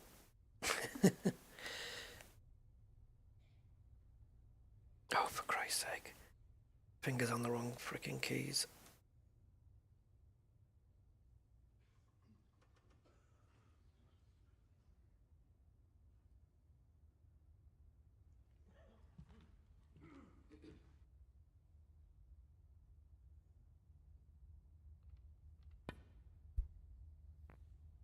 Did we hit the pink first? Does it even matter?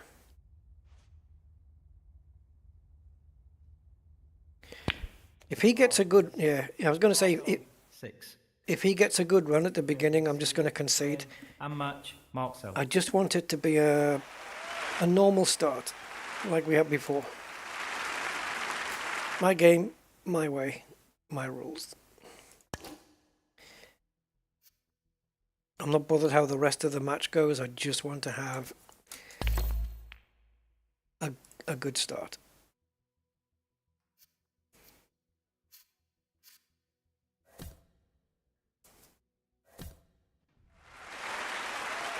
It's just basically where there's nothing at the very beginning of the frame to frustrate me Thank you, ladies and or gentlemen. piss me off. The first frame. Mark Selby to break. So do your little break. Leave me with the ball. Nope.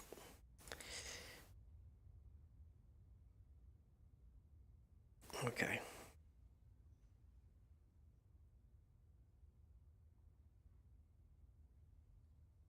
No stupid fouls, no hitting a ball that didn't look like it was going to be hit. None of that crap.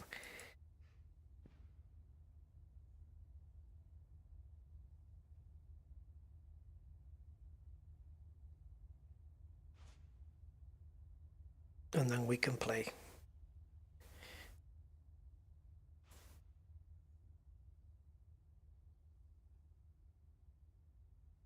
See, I can't risk going up the table because we have an exposed red on the left.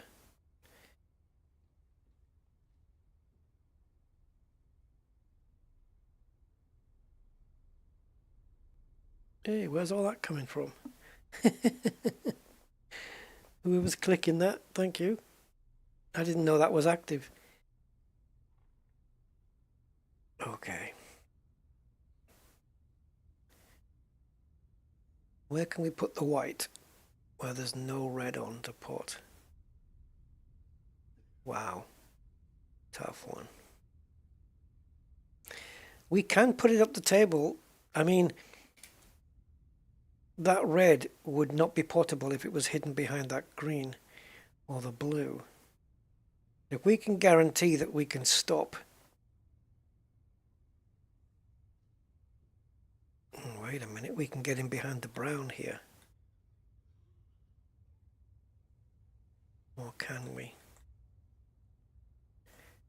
Up, up, up.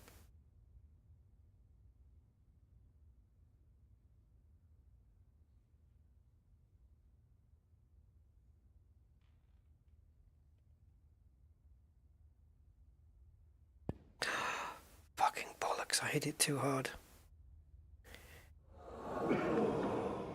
Yeah. Foul and a miss. Mark Selby 4. Here we go again. The same old shite. 9.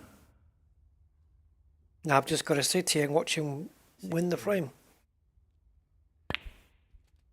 All I want is a fair chance at the beginning. That's it. 22. If I get like 15, 20 break and then I mess up, okay, that's on me. 23. But at least let me get started on something. 26. It can't just be Mark Selby winning, Mark Selby winning, Mark Selby winning all the time. 31.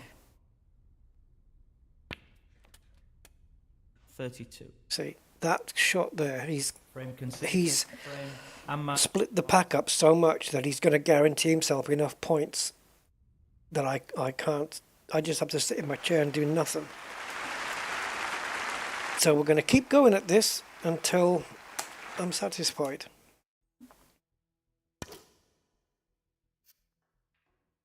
That's the way it is. I've beaten better than this guy before. I've beaten Ronnie in my career. I played Ronnie and yeah, it was a 2-0. I beat him 2-0. Thank you, ladies and gentlemen. The first frame. Mark Selby to break.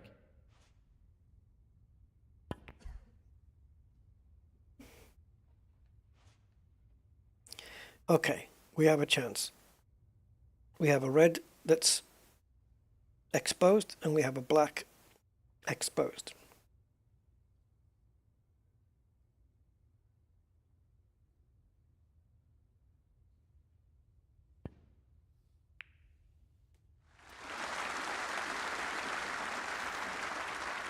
Right. 1. This is all I asked for, just a chance, just to get off the ground. Whatever happens after, happens.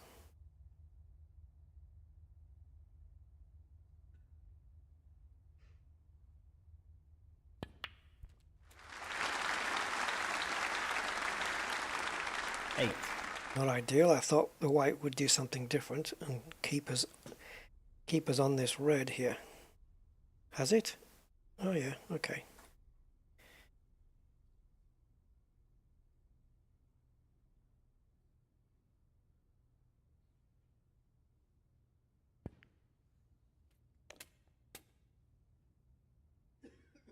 Nine. See, with these players, you know that if you make one mess up before you score 70 points, it can be over.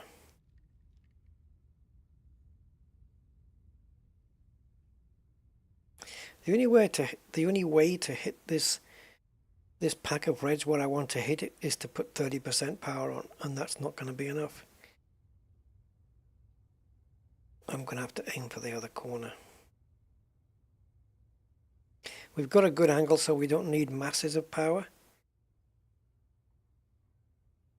Oh, you fuck.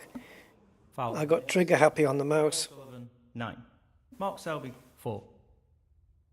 I got trigger happy on the mouse. I double clicked the mouse. There's always something, eh?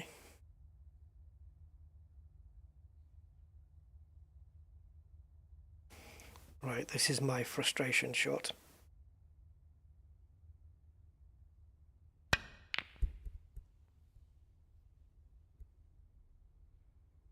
Don't know why it didn't go in, but we try again. Frame conceded. Frame and match. We'll be doing a few of these by the looks of it. I don't count them as wins, don't worry.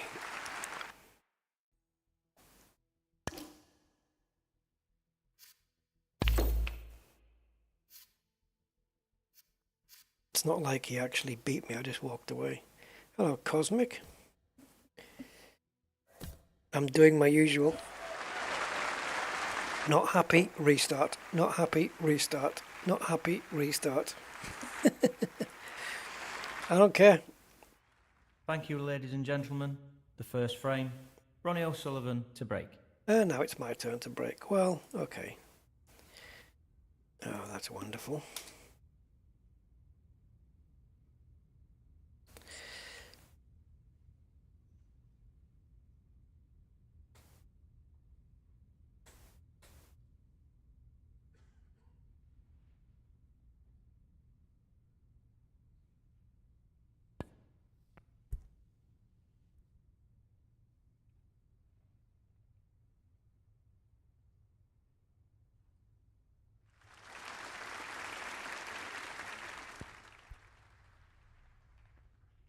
Ooh, did he hit the red first?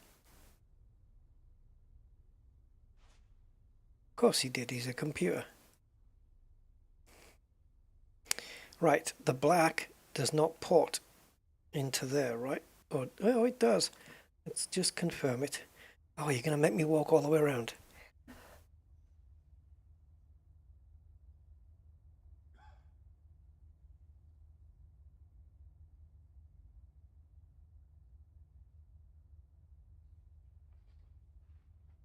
It does go past that red.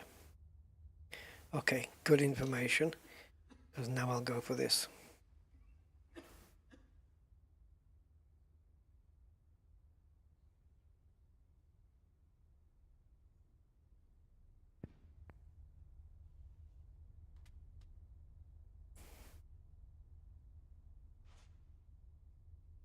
One.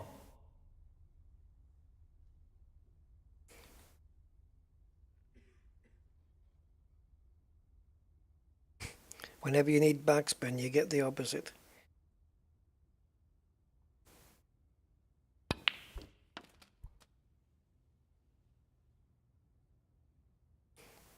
Oh boy. 8.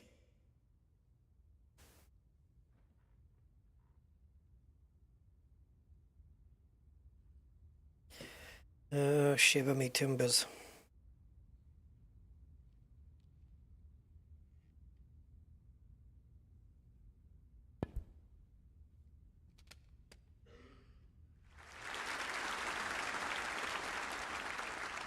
9. Worst position on the entire table.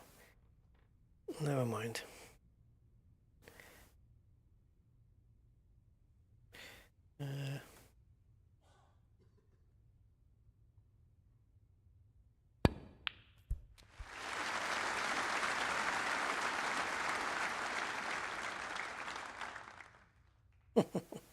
Finish below the red instead of above it. Of course. So let's just do some risky smasheroonie.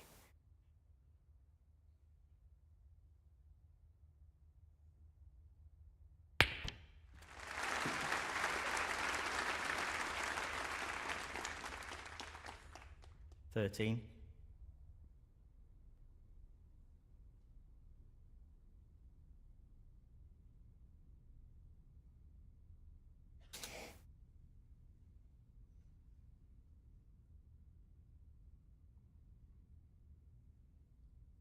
Okay.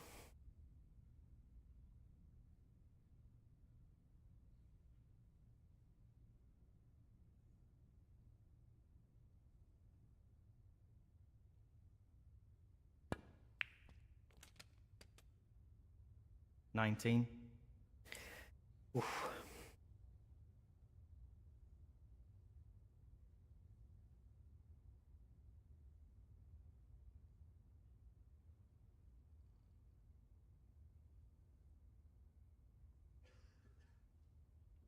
Man, this thing's all over the place.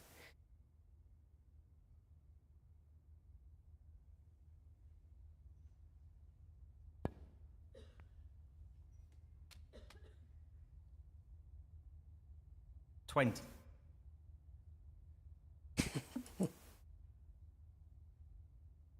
Yeah, when you play the game though, you get used to. I'm not great at snooker, but I've played pool a lot and I've won pool tournaments and stuff before. Well, I think we came second actually. Yeah, got a trophy though somewhere. I haven't played pool for years, unfortunately, but I was pretty handy at it at the time.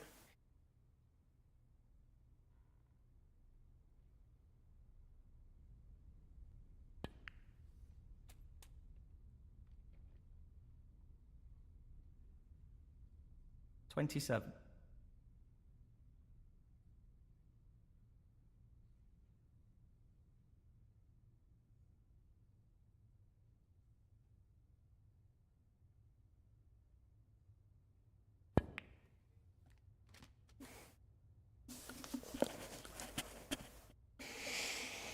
$28.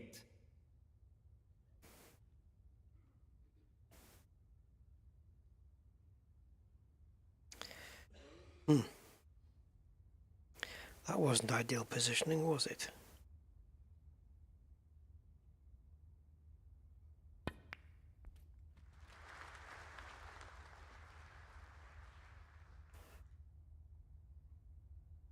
$35.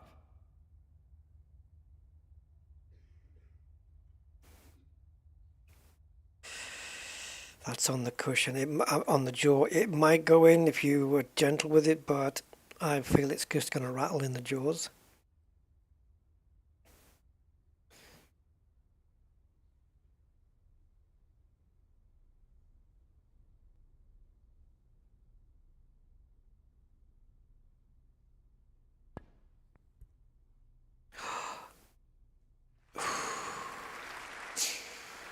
Oof, I wasn't sure about that one. 36.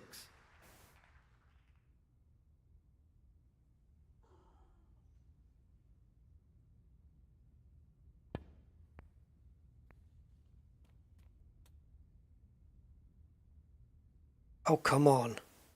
41. The problem here is these two frickin' reds. One's blocking the other one. So, in order to get onto that bottom red, I need to finish high on the black. And to finish high on the black, I need to pop this thing from distance and stun the white. There. That's going to be fun, isn't it? I'm not ready yet, you pillock.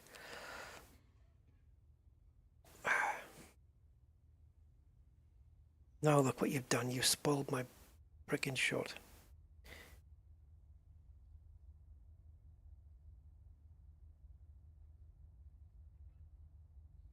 How's your eyesight, Rusty?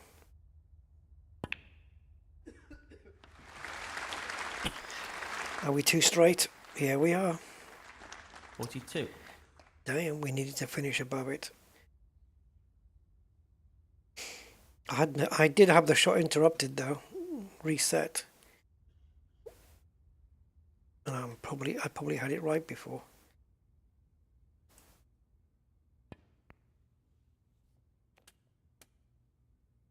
There's plenty of loose reds at the moment. We don't have to go for those ones at the bottom, but I'd like to focus on them at some point. Sooner the better.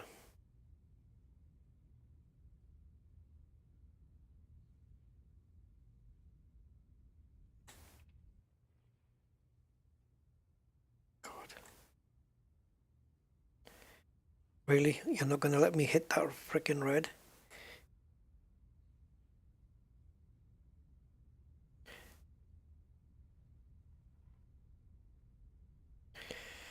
You bastard.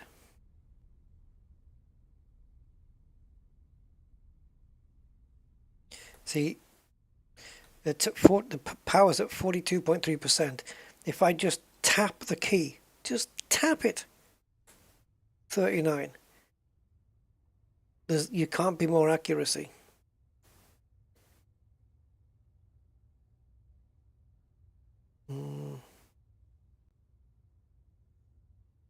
Improve. Where are you, Mark? Thousands of miles away, maybe?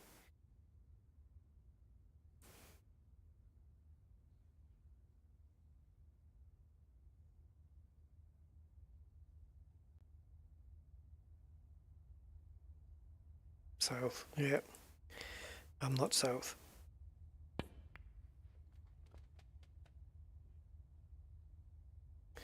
God frickin' damn it.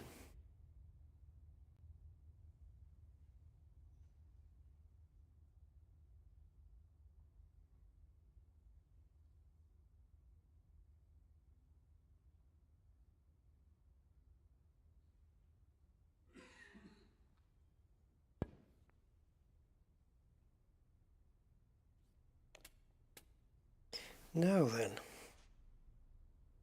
This is the easy shot, a sensible shot. And this one is the get that frickin' ball out the way shot. But this one might... I need to finish high on the black.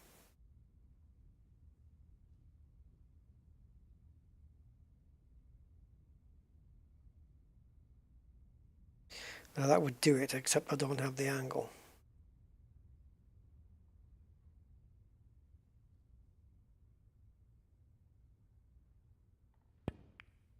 See?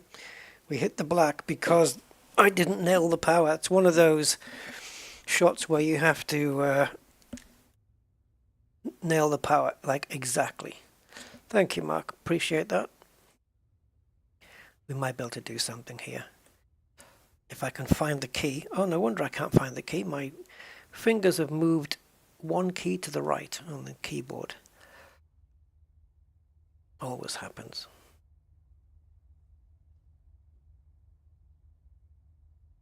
Right, you little pieces of crap. Have this for breakfast.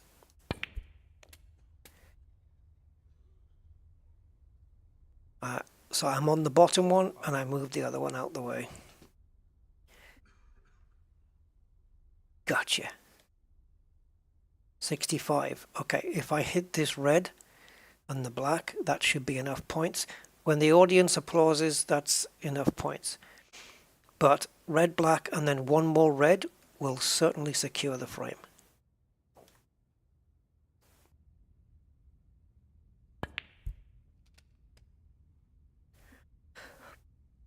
$66.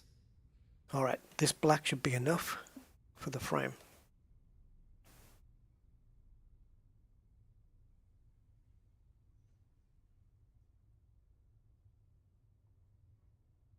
Did we hit that right?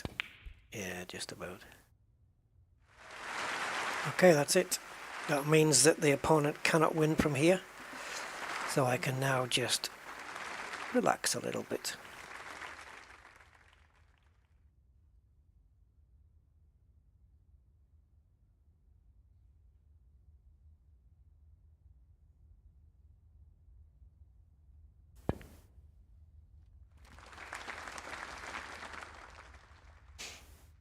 $74. Can we go for the 100 break?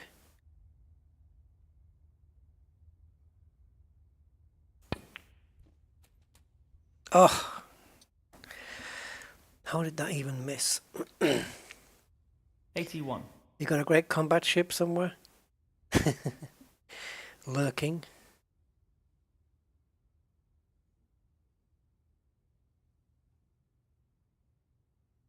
Oh, I don't trust you. I think you moved.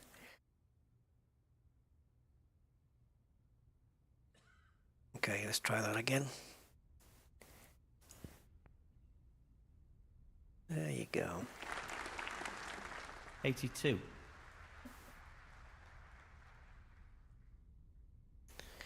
No, I don't think we've got the angle to get those two reds out.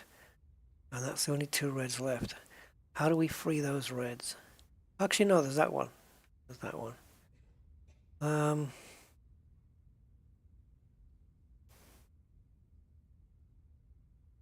Even with, well, I was going to say even with back and side spin, it might not be enough. I'll do what I can.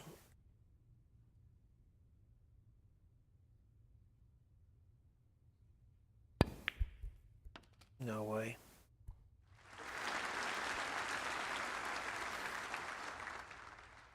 Ooh, keep going. 89. This might be good. I'm just saying, where are you two? We might have an angle to crack into these two. I don't know. I'm not getting a white line coming off this. I might have to put on some spin to counteract any angle, but will it do it or not? Oh, I was so concentrated on the angle I missed the pot. Doesn't matter. Frame over. I win. Ronnie O'Sullivan, 89. Frame. You can't win from here. Frame. Ronnie Frame conceded. Right. Let's go. Come on, Selby. What do you got? Thank you. The second frame. Mark Selby to break. Weak, Mark. That was weak. Weak shot. In other words, it took you a week to frickin' make the shot.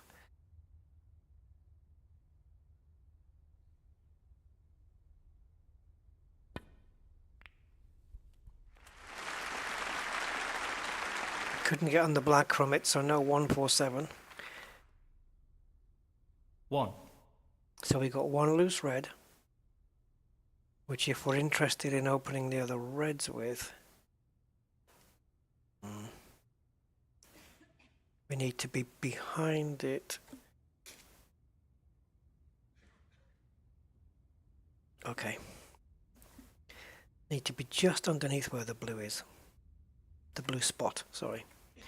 Should make myself clear.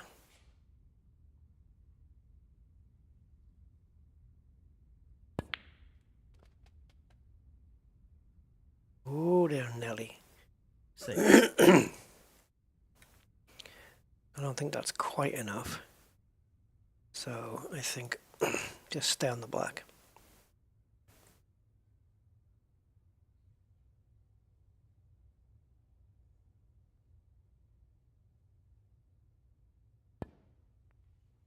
Can we? Yeah. That's quite an angle we got here, but we have to put left-hand side on if we're interested in splitting that pack up.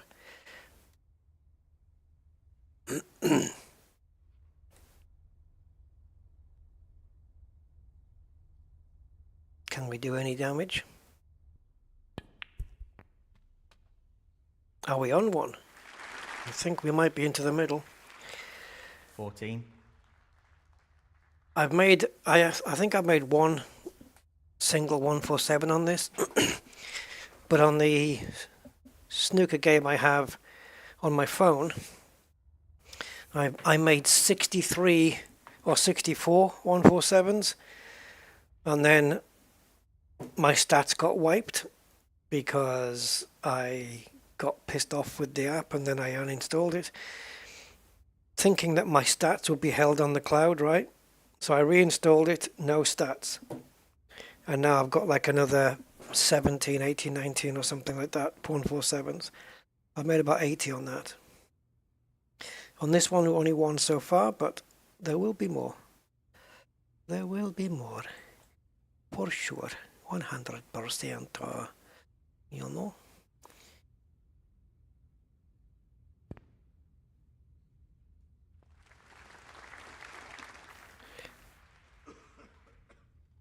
Right, can we split out some more reds here?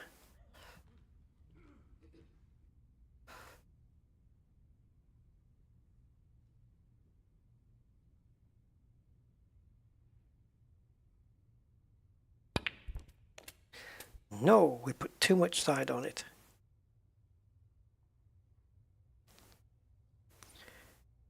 The plunker. 22.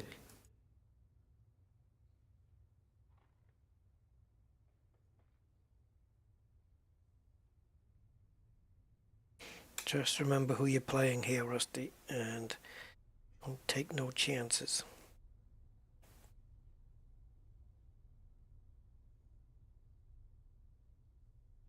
Well, I hope that shot's right. The angle.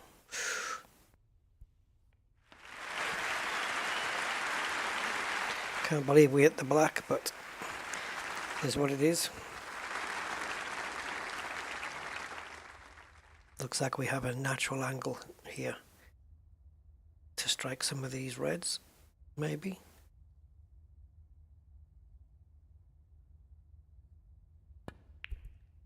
Nope.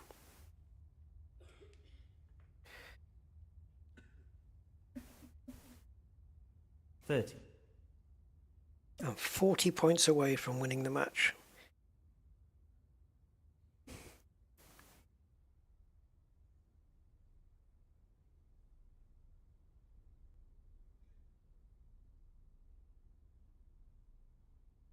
I'm going to have to power this one through. I don't trust it getting on the black.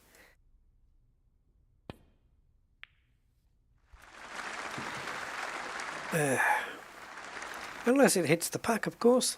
31. I need more spread on these reds, though. We've got one loose red and two. This one will go into the bottom corner. So will that one, but I don't have an angle for any of them. He's crazy. Absolutely crazy. Hey, Luigi. Right, let's go.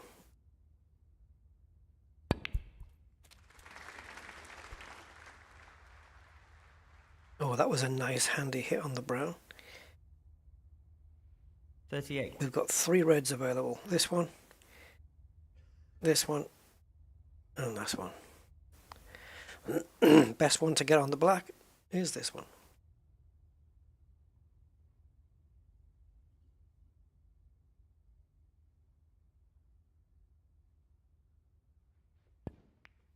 Nice. Stop. Perfect. 39. Perfect. As long as I can make it work. I can just add a little bit of power, just bring the cue ball into this pack of balls here. Because the red that's closest to the white on the left side, the lower one of that too, could be one we can aim for if the white can stop in time.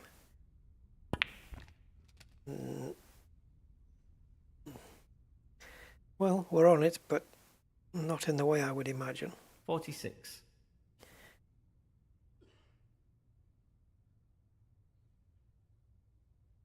I'm taking this shot. because reasons.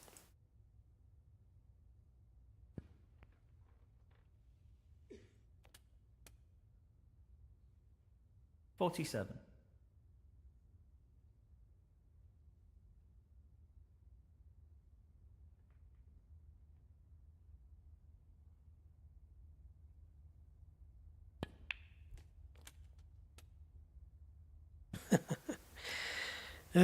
Right, straight through. 54.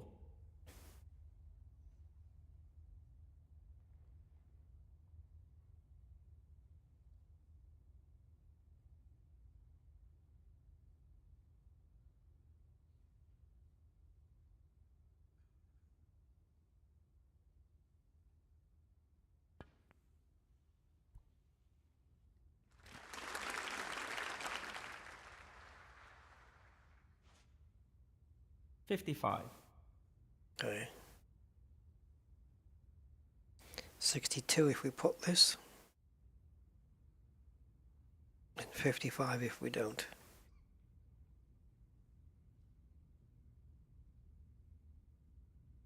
Come on, Ronnie.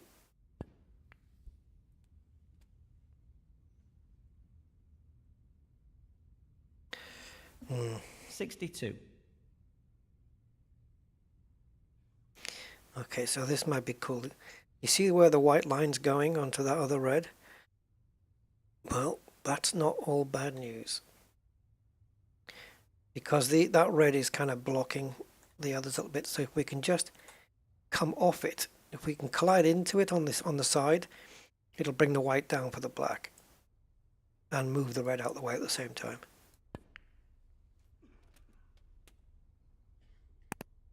Hmm. 63. So that's better. Now the reds are fully spread out. But I could have done with a better angle on this black. I don't need the black. I could go for pink into the middle, which would be easier. Or pink into the top.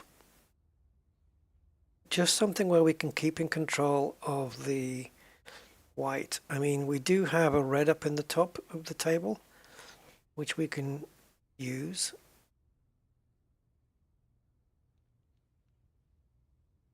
Go on, let's take a chance on this one.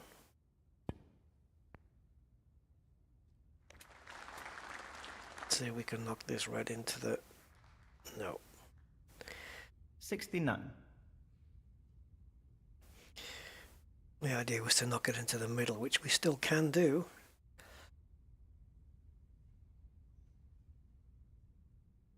So this is the more difficult shot. 70 points, more or less guarantees you the frame. I'm on 69. If I hit this, it's going to take 8 points off the table. So basically, this red is match ball. If I pot it, I win the match. If I don't, he has got a chance, but it's an outside chance. It would mean the only way Mark can win is if he takes reds, blacks, reds, blacks, reds, blacks. Is it safe for me to go to the middle pocket? Well, the line doesn't go all the way to it. So there is a little bit more risk attached there. Because I can't see where it's going to hit. This one, I just have to be confident that I'm lining it up. So we're taking it in. Right, thin cut backwards into the pocket. Ooh, ooh, ooh, ooh, ooh.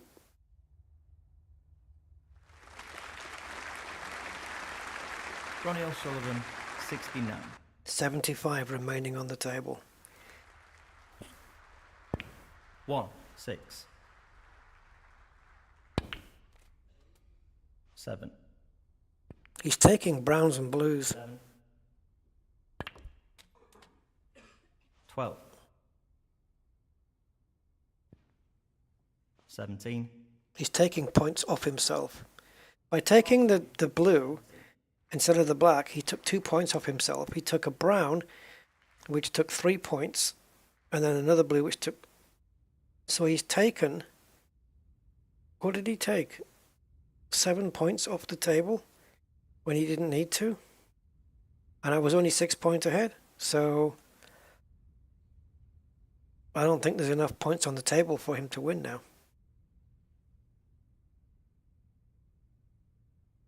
Well, let's see. I am 69, so 79, sorry, 69, 59, 49 plus 3 is 50.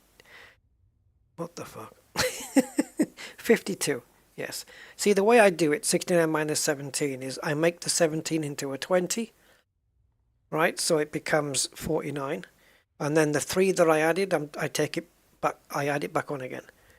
So I'm back up to 52. So it's 52. And on the table is 24 plus 27, which is 48, 49, 50, 51. There's 51 on the table and I'm 52 ahead. So yeah, he messed it up. And if I put this red, that's it. I don't even need to think about the colour. Done. Match over. Wow.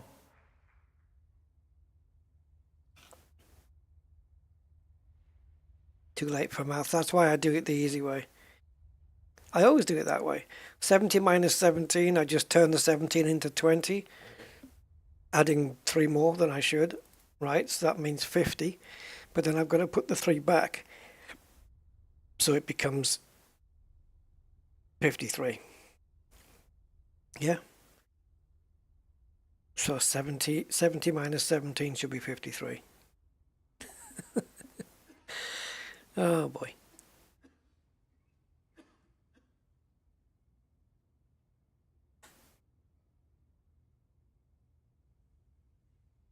You should see how I figured out wiring a UK plug. When I was young, I worked it out for myself. Could never figure out, because my mum used to say, oh, can you put me a new plug on the vacuum cleaner? And I knew where the earth went, but I was always unsure where the blue and the brown went. Okay. So there was no internet then. You couldn't Google it. So I found an instruction, and it said, the blue goes onto the left side and the brown goes onto the right side. I thought, how can I remember that? What method can I come up to I can remember that? And I thought, well, wait a minute. What's the second letter of blue? It's L. And what's the second letter of brown? It's R. L and R, left and right. And since that day, I've never, ever, ever forgotten how to wire a plug. It just needs a little method. And it just coincidentally worked out that blue and brown's second letters were the position where they were. And then once you've got the position of 2 wires out of the 3, the third one you don't need to know because it's obvious.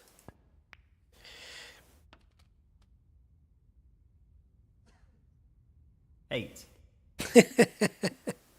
Yeah, Cosmic, I guess so.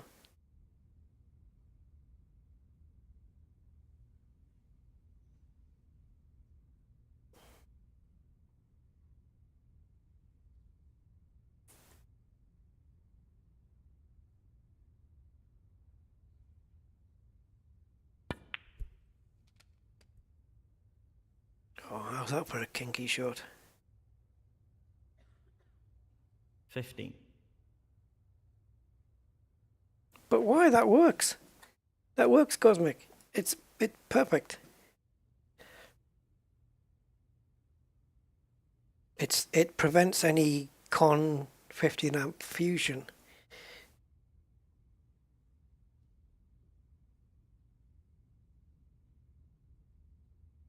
I did give myself an electric shock once.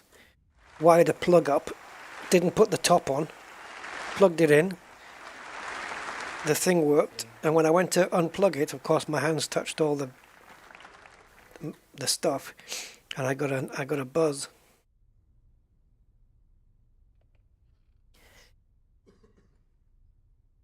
I'll tell you what, that'll keep you awake. Right, we've got yellow up on the top cush. So we're going to go for blue. Because we know we have to get yellow next.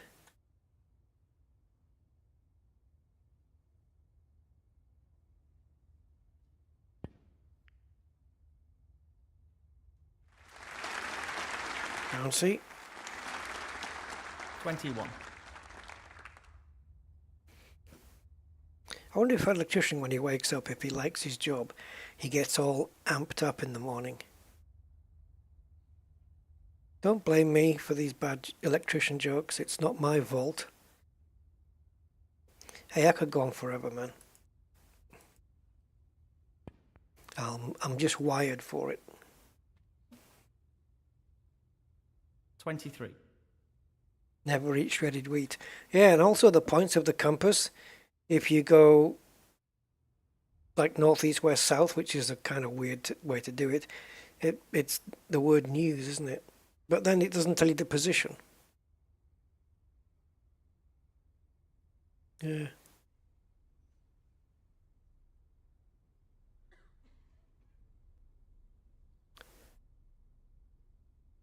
Oh, resistor color codes. I don't know nothing about them. I don't know how to decode them. I'll have to watch a YouTube tutorial.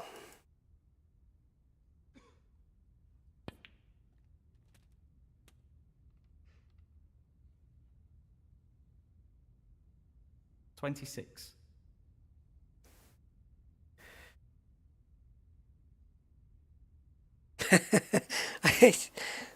I don't know why.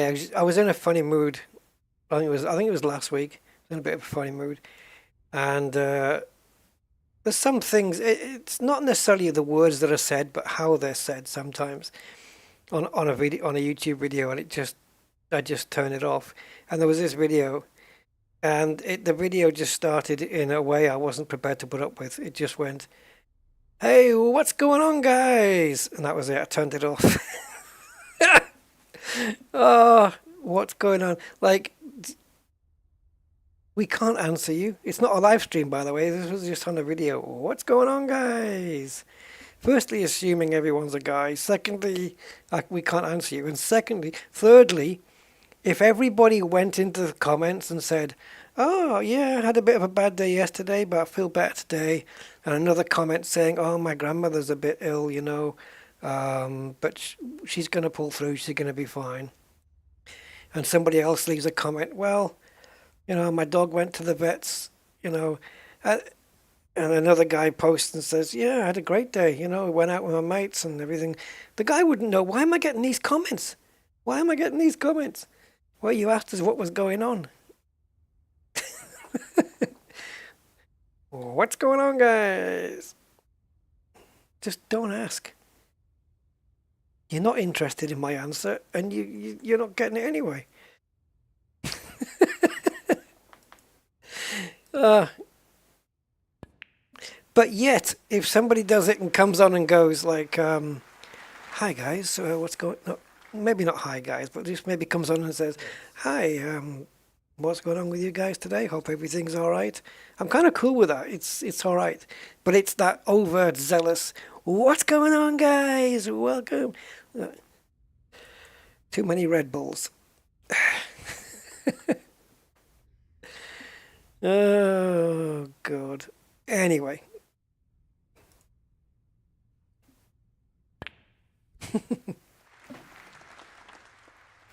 I'm sure the video was informative. I just wasn't in the mood for that kind of joviality at the time.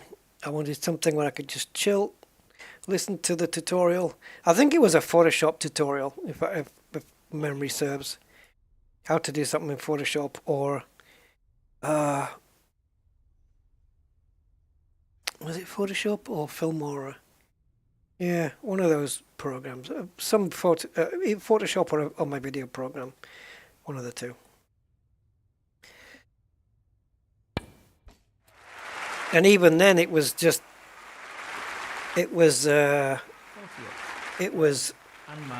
Ronnie O'Sullivan. like the title sounded like the answer that I wanted. But when he got into like how, I think it was something like how to. It wasn't to do with the clips in Filmora. Filmora's my video editor. It's brilliant, by the way. How to. I needed to look up how to do something. Was it? Because you can't save clips, but I wish it could save clips, and it can't.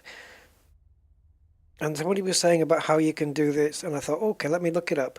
And then it went on about something completely different. I thought, no, that's not what I was after. You're thinking of something else. So I didn't find a video on it, and so I'm guessing that there was no answer, really. Oh, let's get started. Oh, that's Piximperfect Photoshop tutorials.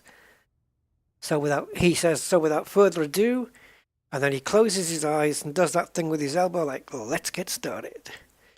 That's Piximperfect. Yeah, I know. Or like fake laughing during a sentence when there's nothing to laugh at. Like, he'll do something in Photoshop which is really cool. He's very good, by the way. He's he's probably the best Photoshop tutorial guys you'll find on the net. He's really freaking good. I watch him all the time.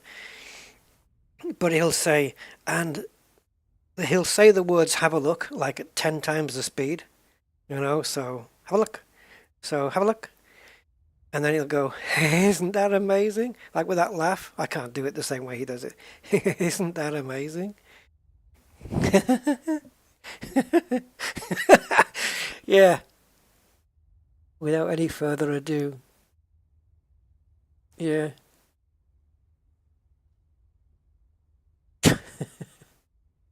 You might be turning off a couple of mine. I'm pretty sure I've said that at some point. Yeah. Hey, I won the match anyway.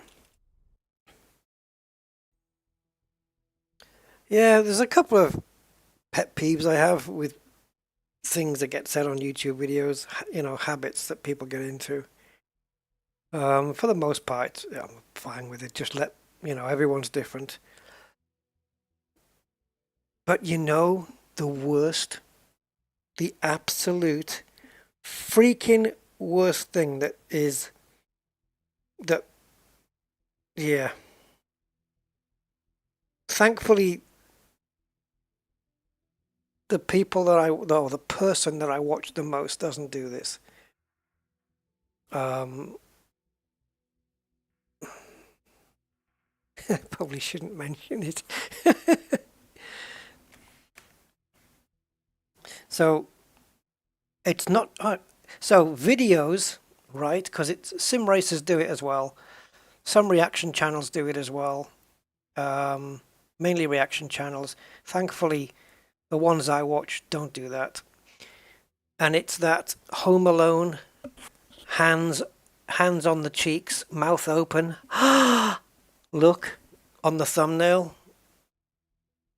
How freaking cringe is that?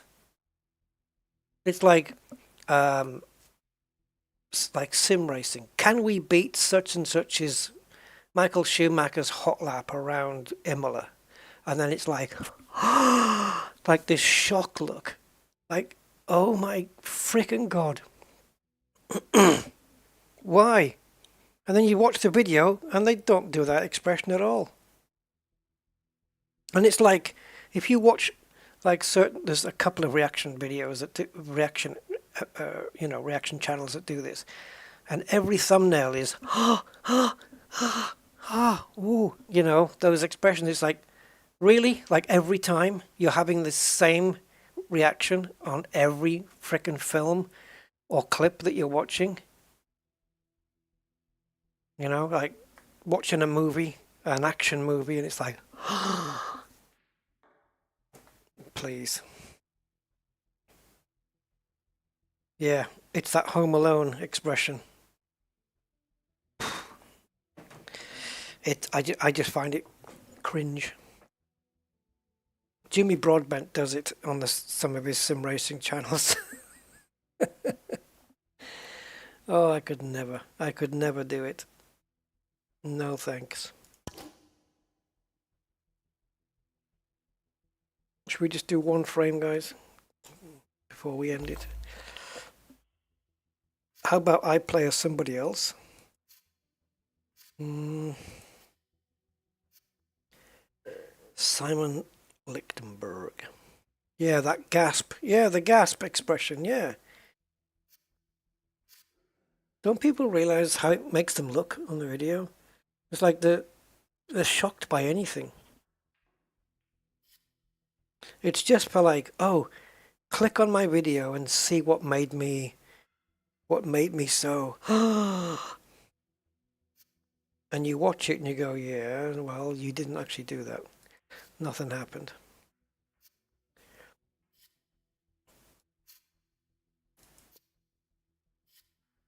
What's this guy's name? Lucas Kleckers. Wow, cool. Well, James Watanabe, is he still playing? Yeah, look at that. He debuted in 1989. He's not still on the circuit, is he? Wow, back in his day, he was a good player.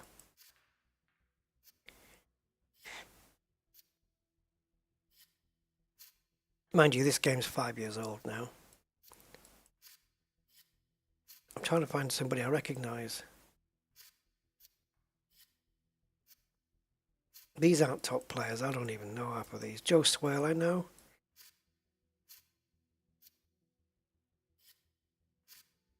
Nigel Bond, I know. Jimmy White.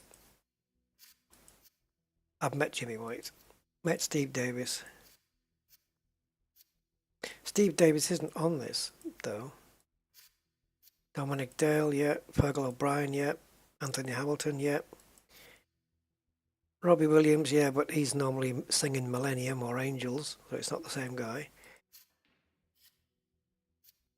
Ken Doherty, the Darling of Dublin, yeah. Marco Fu, yeah.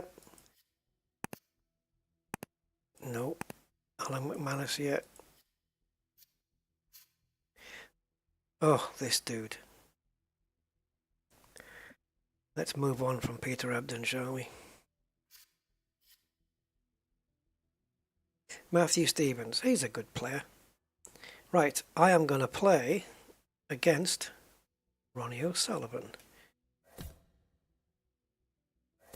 One frame. Winner takes all. Loser goes home crying, Thank you, ladies collecting and tears in a The first plastic frame. bag. Ronnie O'Sullivan to break.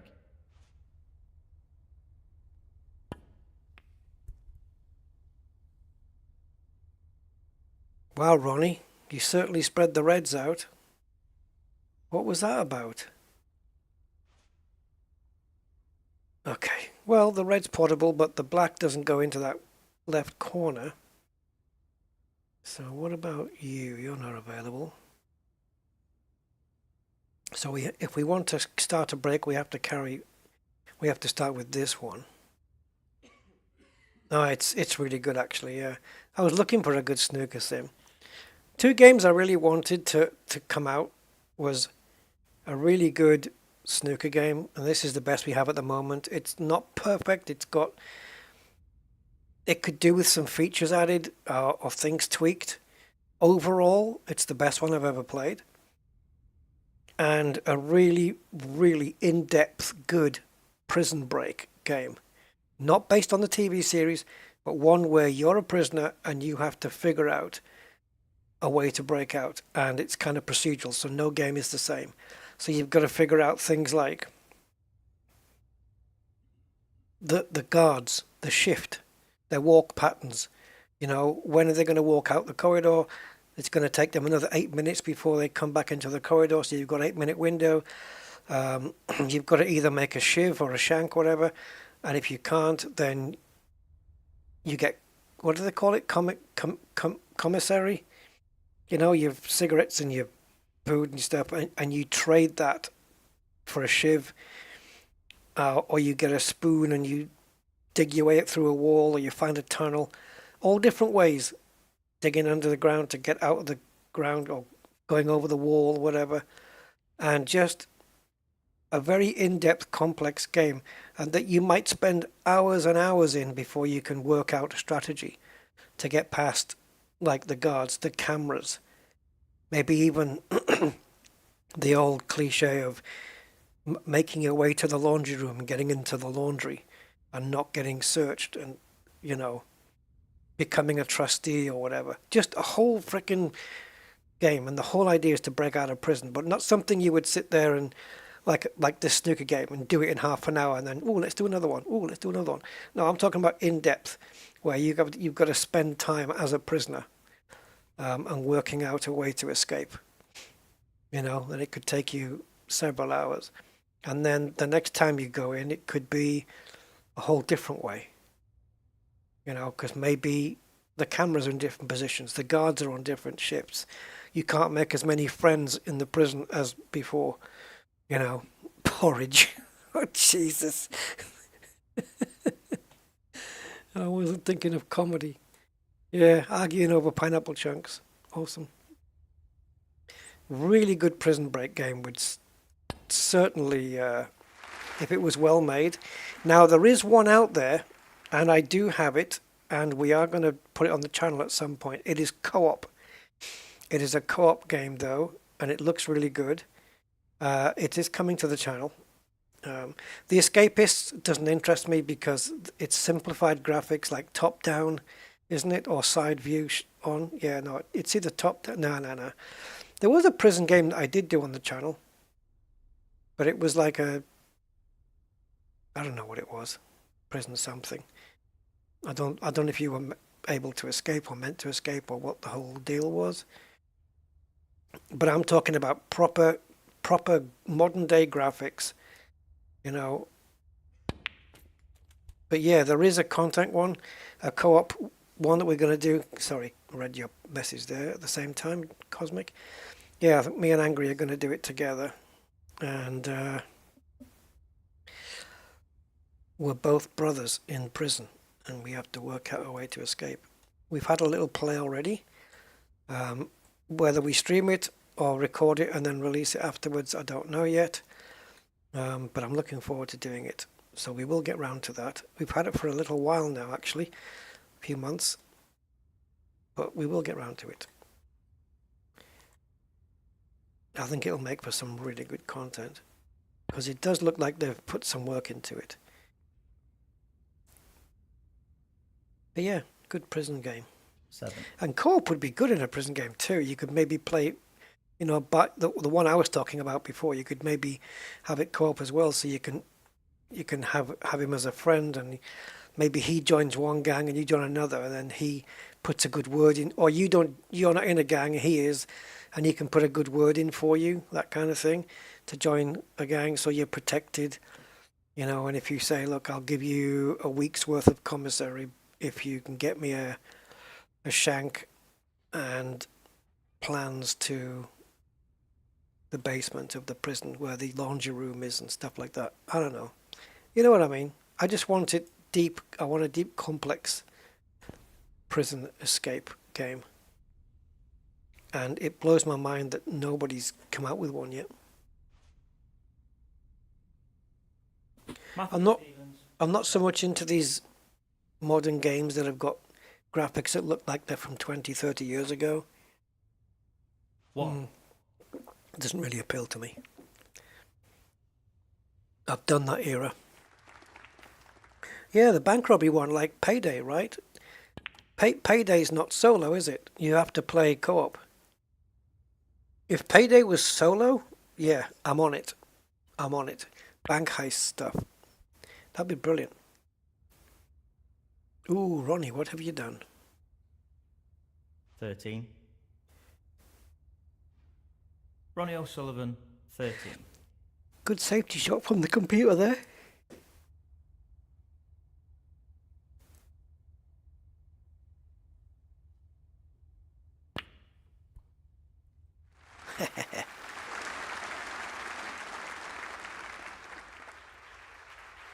Grouchy, yeah, grouchy.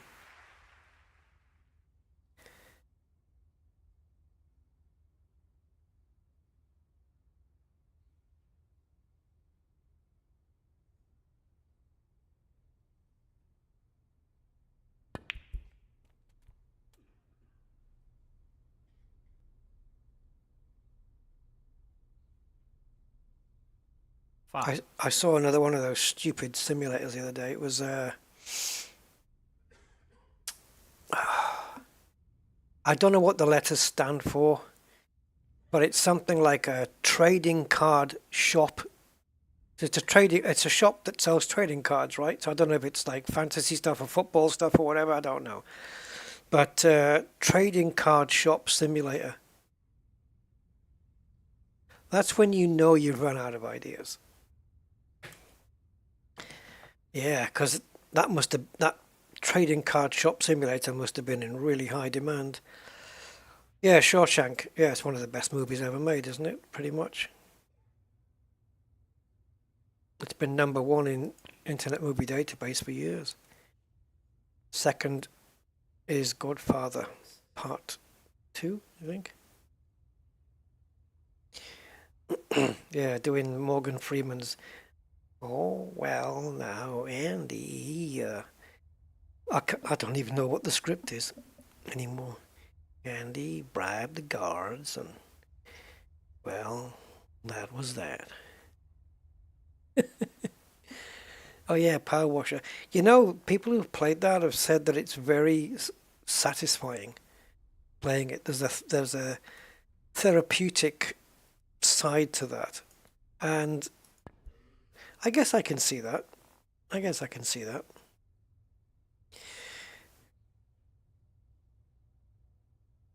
Matthew Stevens, 6. Come on, Ronnie, show me what you got. Oh, that's all right. My Morgan Freeman's out of date now, I think.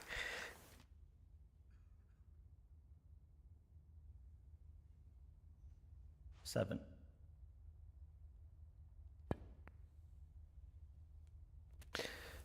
I can't do that many impressions, unfortunately. I can do Donald Trump 8.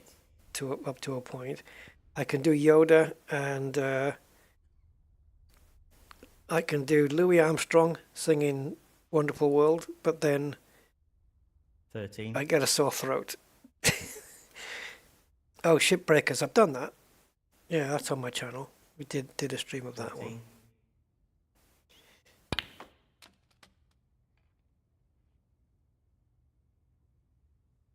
19. I think Ronnie's. Oh! Ronnie makes more mistakes than Matthew Stevens. No, Mark Selby did.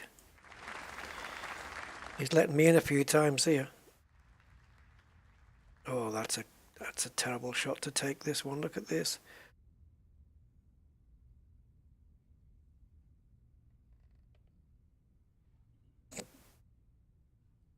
Look at the amount of window we have on this strengthometer. Nothing. And if you don't get it, you don't get it. Are we going to be behind the blue? Que suerte! How lucky we are to have landed there. Okay. Shot here would be to come off the cushion and knock this red in. But it looks like we can do it this way. Yeah, you could hit the cushion first, bounce off, and knock the red in. But rather, as we can pot it this way, why not?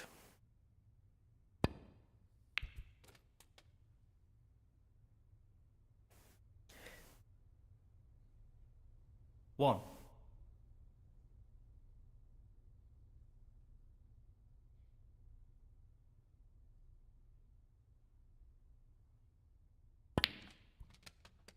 Oh, a little bit too hard, but I have a backup.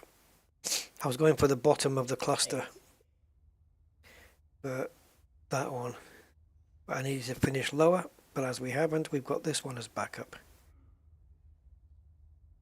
And if I just leave the white there,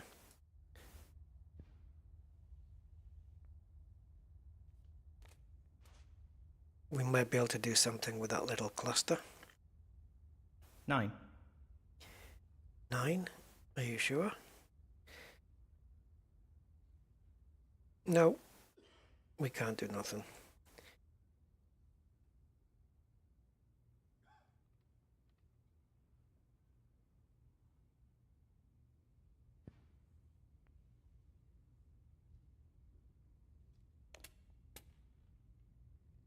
60.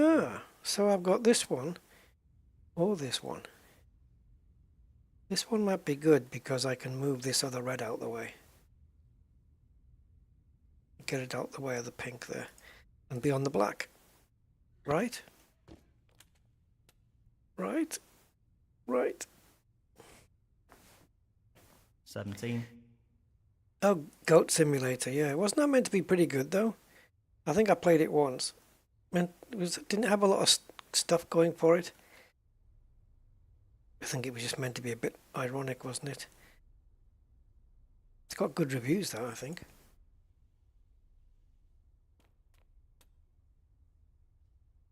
Uh, 20.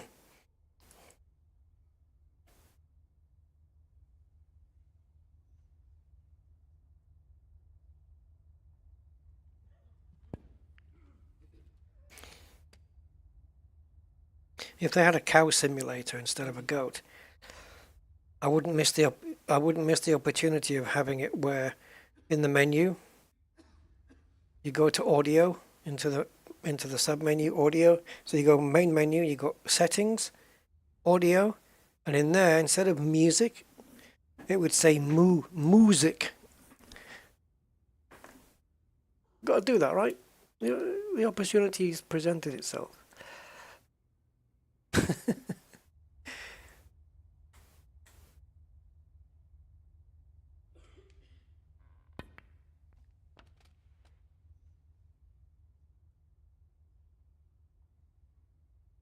32. I've been playing Electrician Simulator. I did record another video on that. I haven't put it out yet. But I was having lots of fun with that. It's really cool.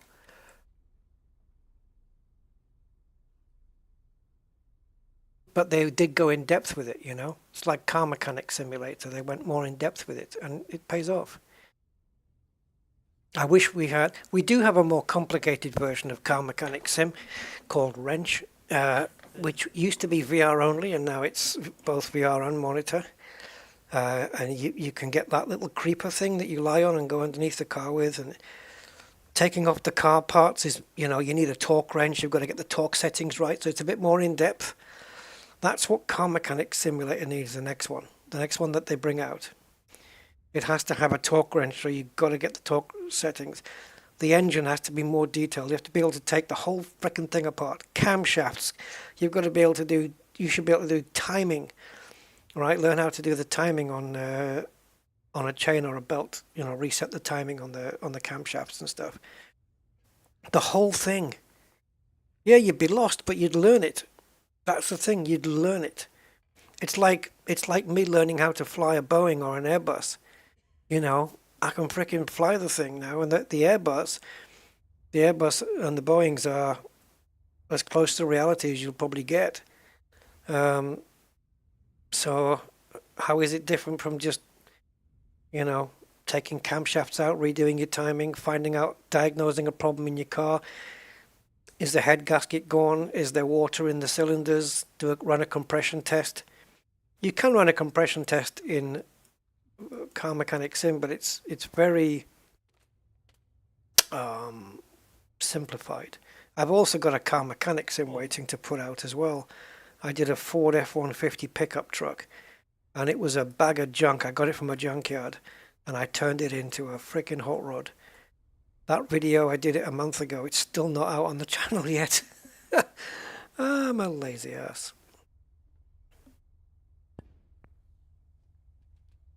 I'll have to get them out. 41. Yeah. All right. Yeah, I would agree with that, Cosmic. They could go more in depth, but I think you've got to be careful not to frighten off your mass market. But I think with a car mechanic simulator, you might find more people appreciating the more hardcore, or maybe have them both. Just have like two modes, hardcore mode and easy mode. I don't know. That might be too much work these days.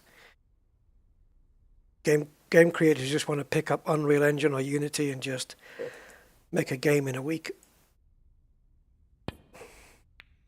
Is that unfair comment? 48. Train sim? Okay, I'm going to let you into a secret. I have it. I've got Train Sim World 5 in its entirety. 340 gigabyte install. Let me finish this frame and I'll show you. I've gone through a little bit of the training, and yeah, it's good. Now, it's not my kind of thing, really, the trains. It's not really my thing, but I am enjoying it so far. But it's kind of cool because it would mean that I do 48. racing sims, I do flying, so I can step out of a McLaren 720 GT3 car, step right into a Boeing 737 or an Airbus, fly that, and then get into a train. And it's a lot calmer though in the train. But yeah, I can give you a quick glimpse of it.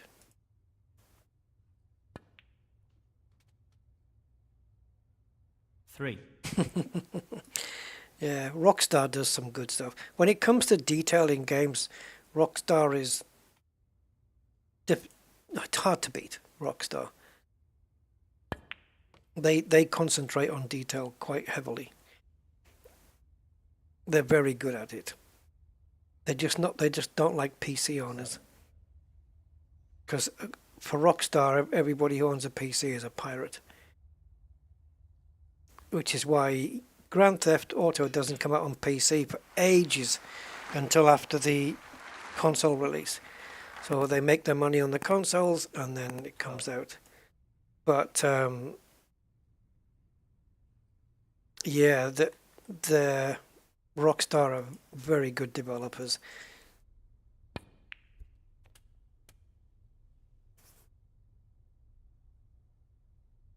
Grand Theft Auto 4 blew me away. I used to play 3, but when 4 came out, it was like, oh my God. You know, when there's wind, you can see newspapers and rubbish flying around the streets. And if someone's walking down the street with a coffee and you bump into them, it spills the coffee and it knocks the cup on the floor and they object. Hey, watch where you're going. And it was just detail we'd never seen before, you know. It was just amazing. And even you notice it in Red Dead Redemption as well. Red Dead Redemption 2.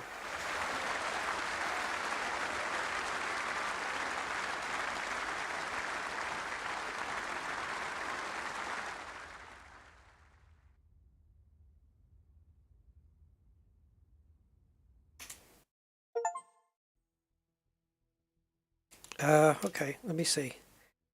Here's my records.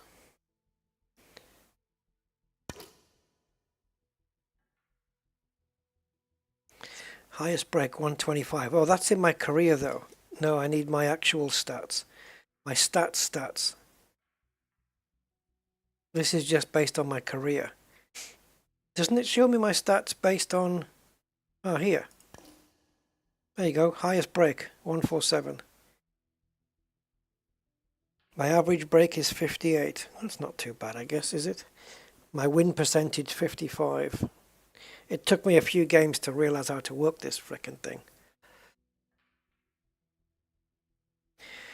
Yeah. What about Kingdom Come Deliverance, where you have to learn how to use a bow and arrow or a sword? You have to learn how to use it first to be able to fight effectively. And then when the new one comes out in the new year, Kingdom Come Deliverance 2, that's going to be brilliant. Because the first Kingdom Come Deliverance was insanely good. I wish I'd played it more. It's one of those games I played a few times and I wish I'd kept on with it. I still have it installed, I think. It's so freaking good. And that number 2 is coming out, where you're now, same person but a bit older, I guess, and you now can fight, you know how to use the sword and stuff, but yeah. Kingdom Come is amazing.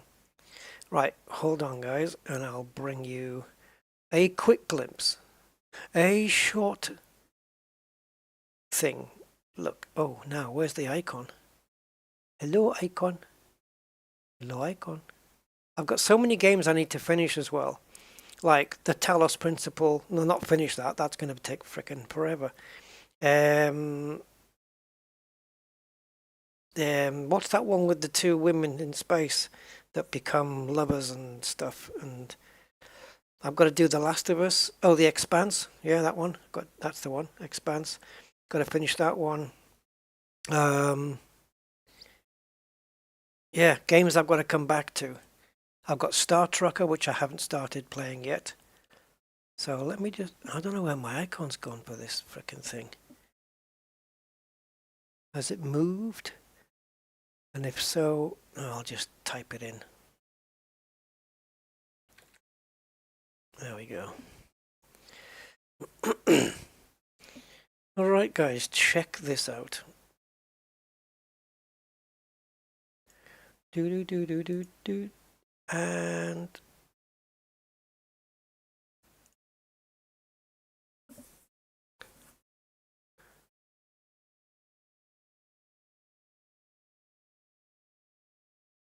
Jedi Survivor, yeah. Oh, it's the same with my sim racing. Thing is, I got pissed off earlier because nobody was on the, nobody was watching. People just popped in and left. People popped in and left, popped in and left. And then I looked on the stream and it turned out my microphone wasn't working and nobody said a frickin' thing. Because what happened was I plugged the microphone from one USB to another, and unfortunately OBS doesn't detect that change. It just treats it as a new device, and so it wasn't picking up my microphone. And I was sat there talking for an hour or two, and nobody was hearing it. And not one message to say, can't hear your voice, Rusty.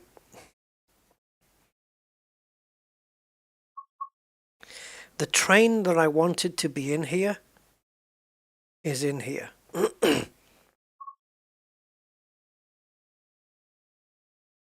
Now, I have chosen not to connect up to Dovetail Live because they wanted... What did they want from me? Registering will link your Steam account everywhere in our system. I'm not sure about that. Registering my Steam account everywhere in their system? What am I sharing with them? I don't know. I want to find out what this means, what I'm going to be sharing. If I'm happy with it, then I'll set up an account. Otherwise, I don't need it. They can kiss my... Right. So you know those old British Rail Model B... Model... No, not models. What are they called? Are they called models? Model 40? Model 45? Yeah, they're in here. So this is a training center. We can resume. Might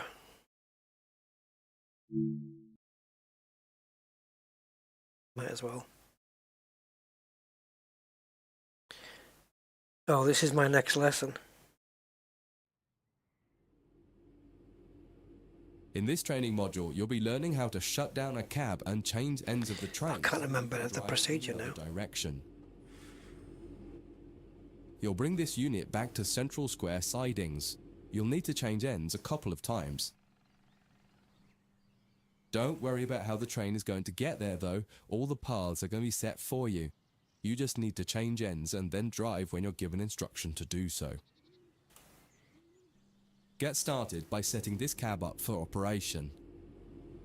Yeah, see now Activate the master key first. Yeah, that bit I know. Master key in first. And then... Set the headlights for daytime operation and ensure the tail lights are off. Right, but the coach lighting needs to go on as well. Where were the headlights? Here.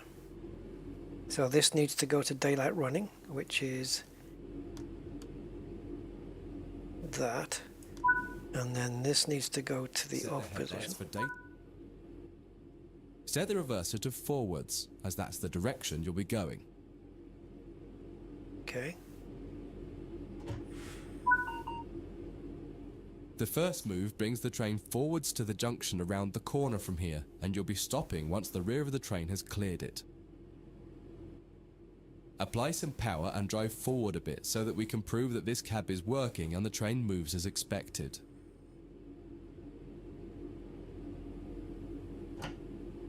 Where do you want me to take it to? It doesn't. Okay, so you're not fussed about which level I use? Okay. Okay, cool.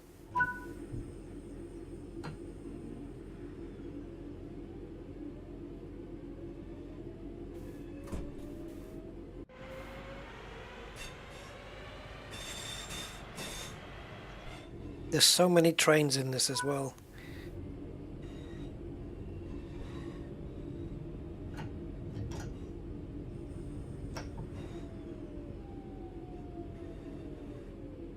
I'm using...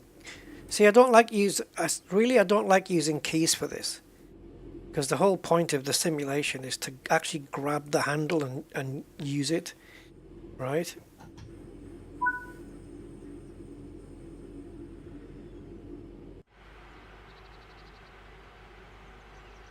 Oh, wait for the train to clear the junction. So you want me to go forward again?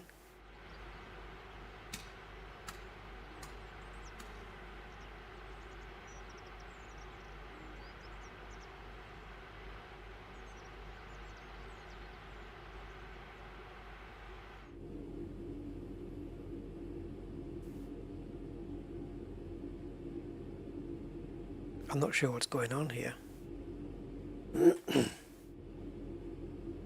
It says it's telling me wait for the train to clear the junction. If you mean does it mean don't stop the train, keep it going until you clear the junction? Is that what it means?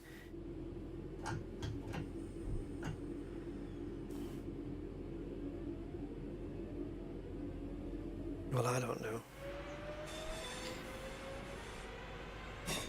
There's different switches for the left door and the right door. Left one's over here, right ones are over there. Okay, we need to start braking.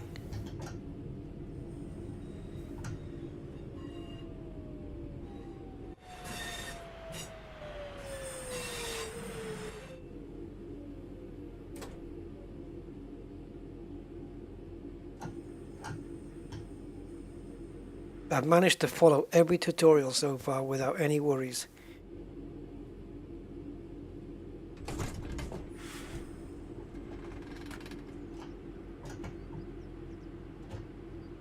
Oh Jesus, I'm moving every which way but loose here.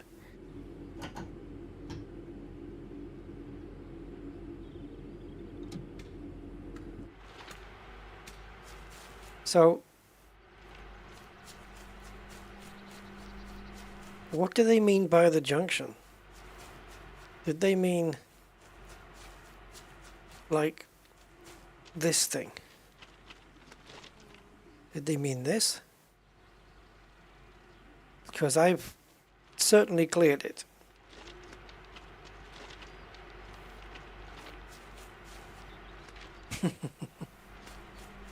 Yeah. Bzzzt. 2 more samples remaining.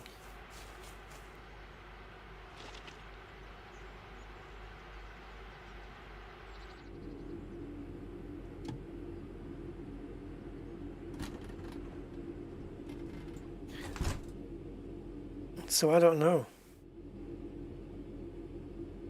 Wait for the train to clear the junction. What are you talking about? Is there a way to not to just restart this?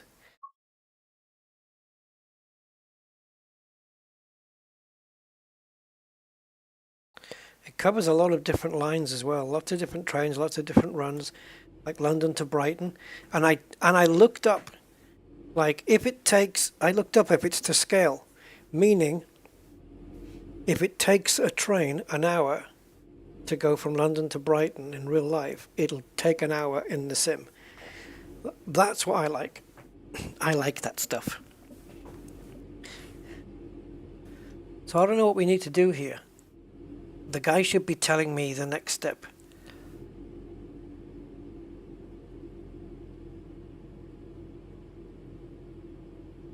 Wait for the train to clear the junction. Is it this junction up here? Let's just keep going forward until the frickin' guy says something.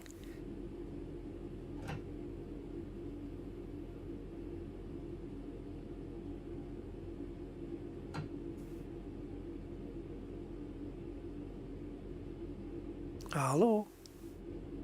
Why are we not moving? Please.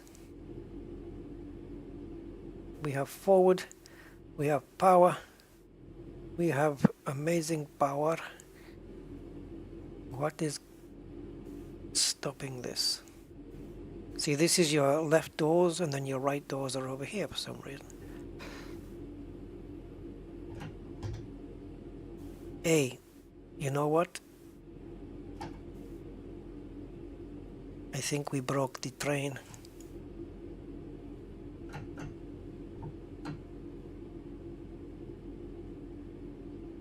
It's not moving.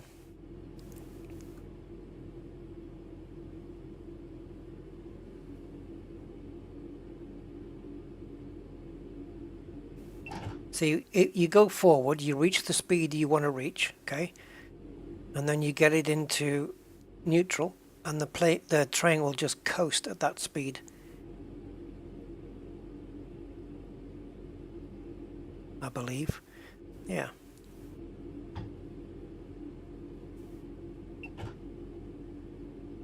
Now the train's not even frickin' moving. Let's try go backwards.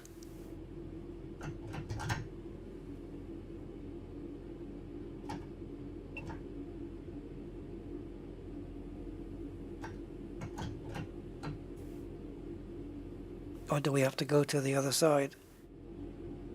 Screw this.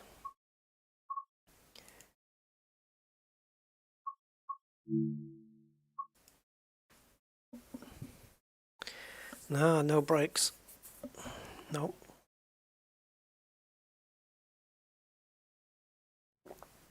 Not to my knowledge. Right, let's listen to In him. this training module, you'll be learning how to shut down a cab and change ends of the train so that you can drive in the other direction. You'll bring this unit back to central square sidings. You'll need to change ends a couple of times. Don't worry about how the train is going to get there though, all the paths are going to be set for you. You just need to change ends and then drive when you're given instruction to do so. Get started by setting this cab up for operation. Activate the master key first to unlock the control desk.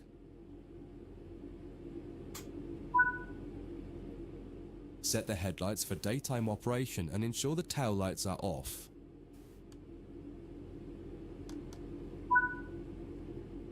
Set the headlights. Set the reverser to forwards, as that's the direction you'll be going. Think of that statement. Set the reverser to forward. Bloody hell. The first move brings the train forwards to the junction around the corner from here, and you'll be stopping once the rear of the train has cleared it. And you're going to tell me, are you? Power and drive forward a bit so that we can prove that this cab...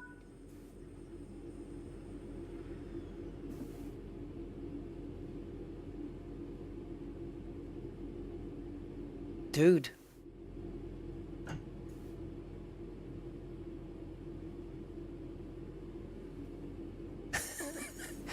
What now?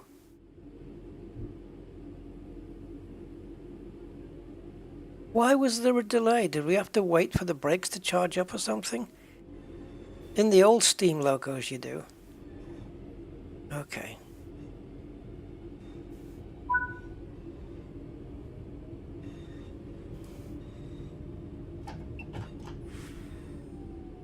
Oh, set the braking handle. Okay, so it's, sorry, my bad. So to coast, you put this to off. Are you going to get going again? Do I have to wait for the brakes to charge up or something?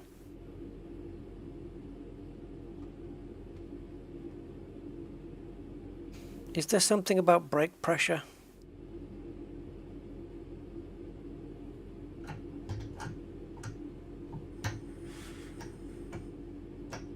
You see the way the brake pressure's there?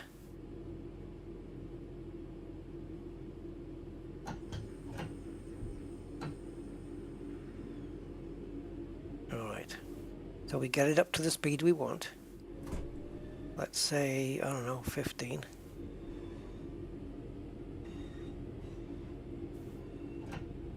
And then we move it to the off position and the train will coast at this speed. Wait for the train to clear the junction. Yes, sorry, Captain. It's not quite the same speed as going around Silverstone in an Aston Martin, is it?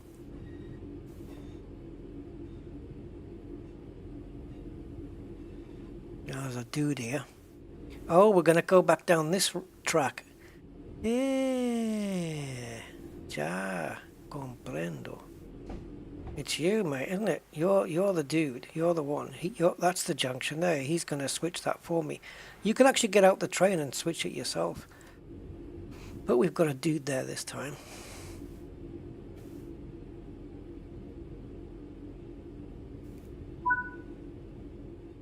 That's far enough. Bring the train to a stop.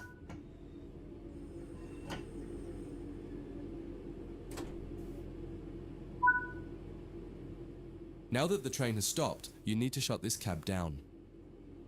Okay. Turn off the headlights and ensure the tail lights are on. Okay. Tail lights on. And Set the reverser to off. off. Set the power brake handle to the step 3 brake position. Set the power handle to the step 3 brake position. Remove the master key. Remove the master key. Leave the cab. The cab is now shut down. Walk over to the other end of the train, ensuring to close any doors behind you. Yes, sirree, Bob.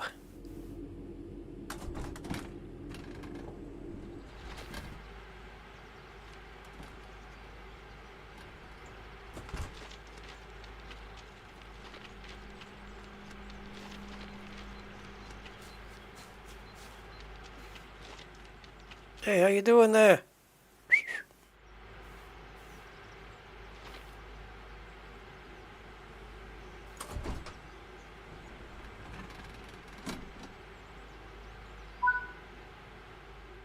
Sit in the driver's seat. I have to close the door there first, mate. Follow the steps indicated to activate this cab, repeating the procedure that you did when you set up the previous cab.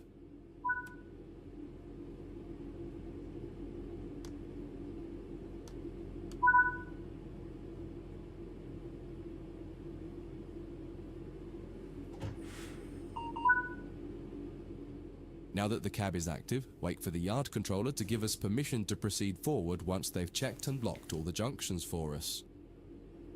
Okie doke. You're good to go. Apply some power and get moving. Did he give a The signal? destination is going to take you to the left. I'm in training. Lines west of the training centre. Alright, I maybe shouldn't have spoke when he was speaking.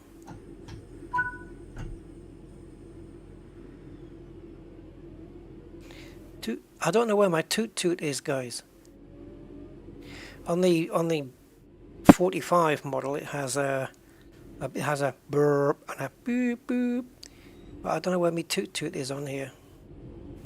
You must have them. It must be requirement. That looks like Mount Fuji in the background, but I don't know. Ben Nevis.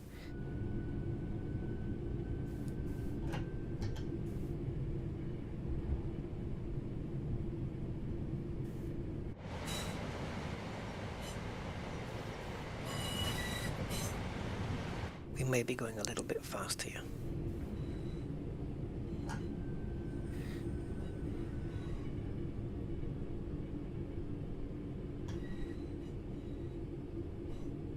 Ah, we have meterage. Oh, we got another choo-choo going by, guys. Yay!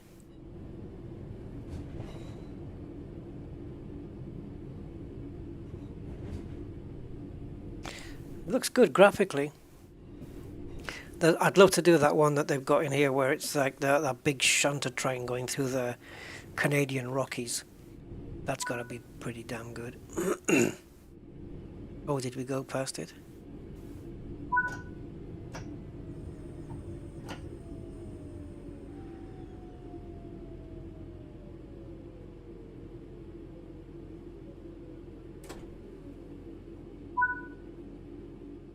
Follow the steps indicated to deactivate this cab.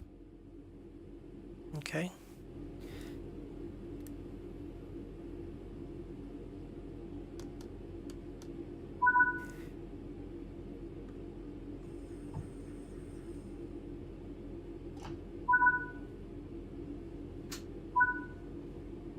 Done.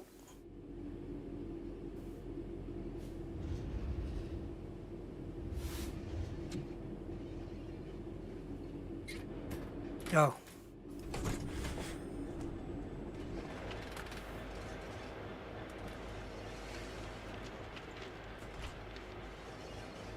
Oh, I did hear something go past. I thought so. See, we can actually change these junctions ourselves. But let's not get mischievous.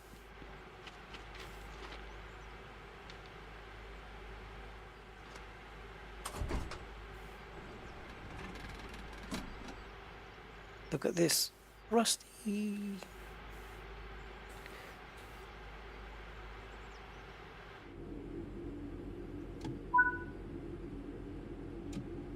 Oops.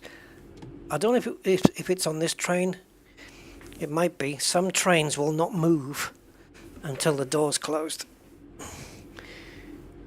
Good safety little feature. And once you are moving, I don't think you can open the door. I think it locks. All right.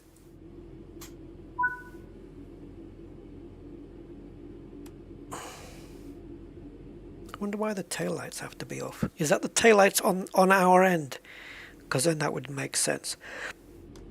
It must be the taillights on this front end here.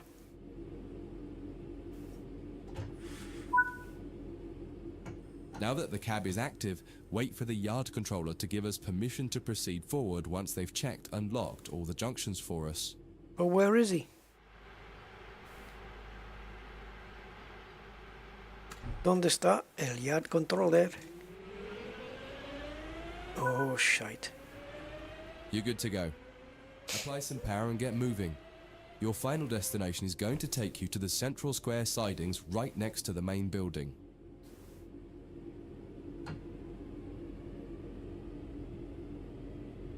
And it's learning how to slow the thing down in time so it stops right where you need it to. That's always fun. I didn't see any fat controller. Doon, doon, doon, doon, doon, doon, doon, doon. So are we going to the left now? Yeah, man.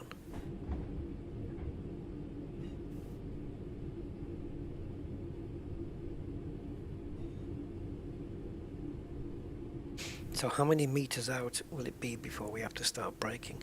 You wouldn't get these icons when you're doing the proper routes. So you have to know when to start braking. How long will it take the train to stop in braking one position?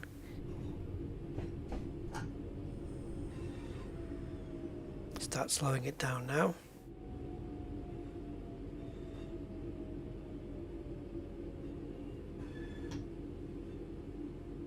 Gonna go back to the off. We'll coast it at 8 miles an hour.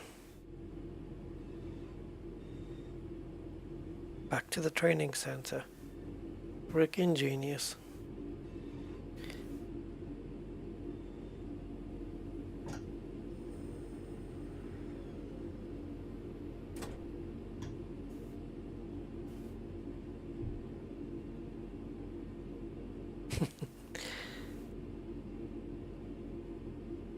Five, 4, 3, 2, 1. Thunder trains are a go. Before you finish, take a moment to review. When changing cabs on almost any train, there are some common things to double check before you depart the cab you're finished with. Such What as? position have you left the throttle and brake controls in? What position is the reverser in? See ya. Are the headlights and taillights set up correctly for what will become the rear of the train? Are all doors closed? Once you get used to each train you operate, you'll quickly begin to remember what each one needs and get used to the elements that are common between different trains. Oh, will I? Oh, that's good then. That concludes this module. If you wish to replay it, you can come back to it at any time via the training center. Lesson learned. Yep, I've got all the Jean-Michel Jarre stuff. Equinox and Oxygen being my favourites.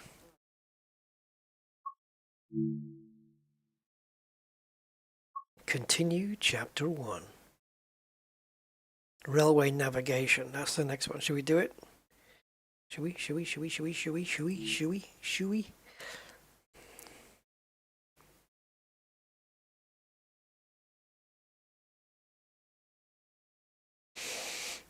I'm navigating on the railways. In this training module, you'll be learning about the live 2D map and how it can help you understand where you are, where your objective is, and how you can change the path of the train to get to the right place.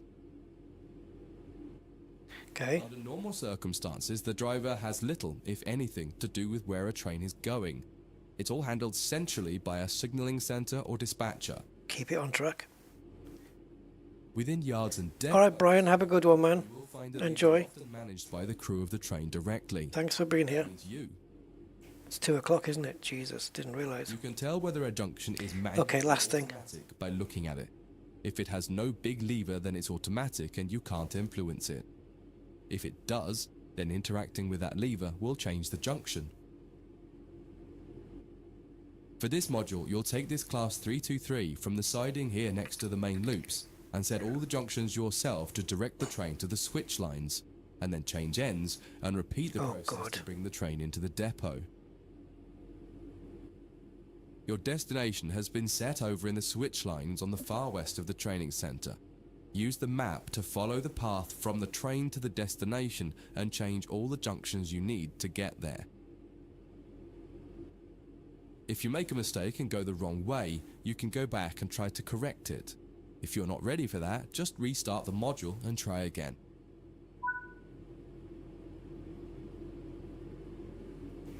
So, this is the first junction then? So I'm guessing these are the junction points at which I have to switch the lever. I've just clicked the mouse button. Does that mean I've done it? Don't think so. Okay, so there's a junction here as well.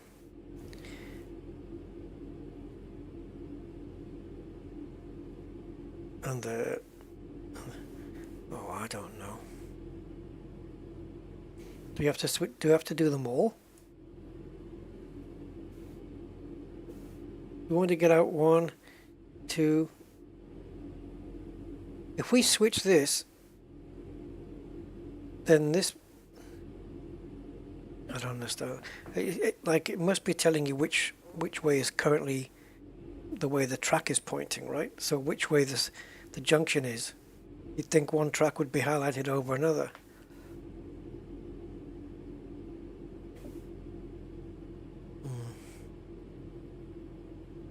Alright, well, probably going to fail this one then.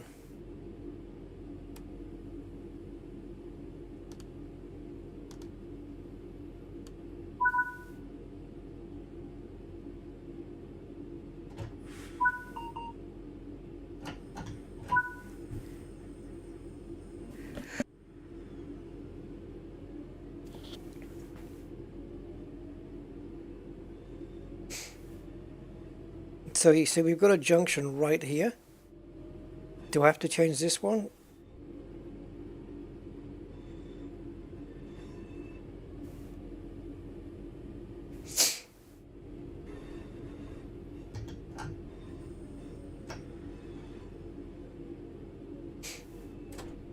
Now, how do I know if this is in the position I need it to be in? It looks like we're... Dude, wait a minute.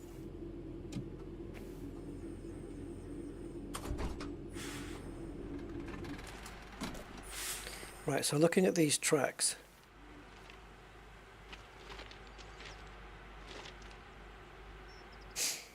if that moves over there, we're going to the left. So it's currently going straight ahead. And clearly we need to go that way. So...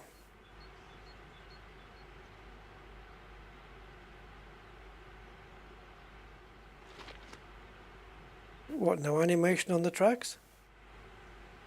Okay. And here it says track switch right. So if I switch it, it's going... Does that mean this is on the right hand side? Oh, there is track animation. We want to go to the left then, so that has to be left. Okay. Let's get back in my terrain.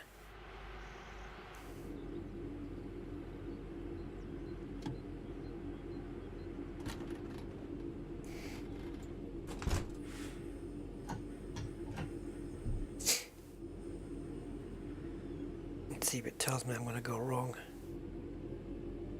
Switch line track 5. Switch line track 5. Well, the frickin' hell am I supposed to know which is track 5?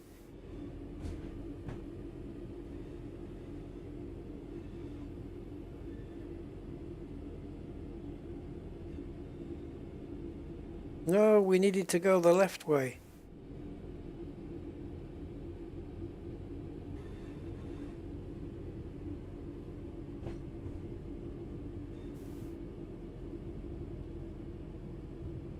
Oh, stop at location. So we're stopping at location in 1.3 kilometers. All right.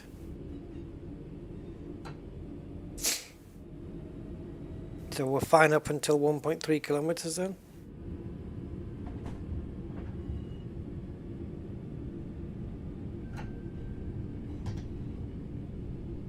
I don't know how to turn on those systems. There's no buttons for them.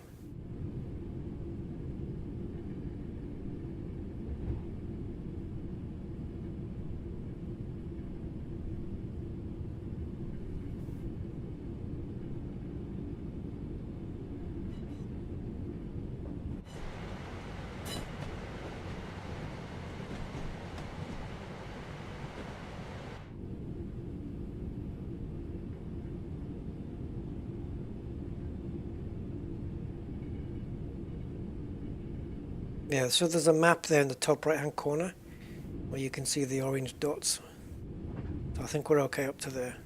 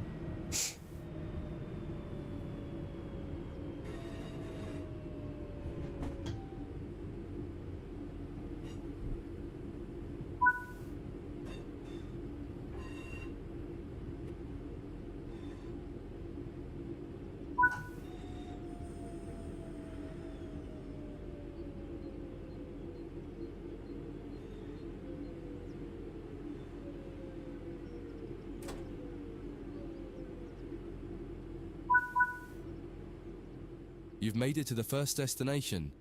Go ahead and change ends in the train and you can try one more time for practice. Hey? One more time.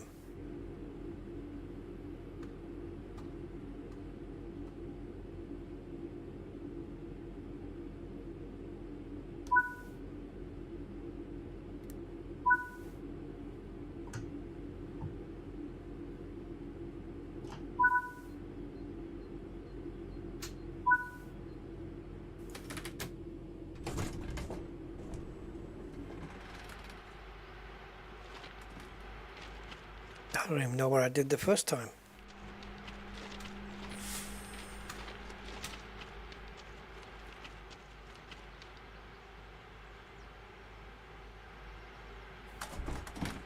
I'm just going to do what it tells me.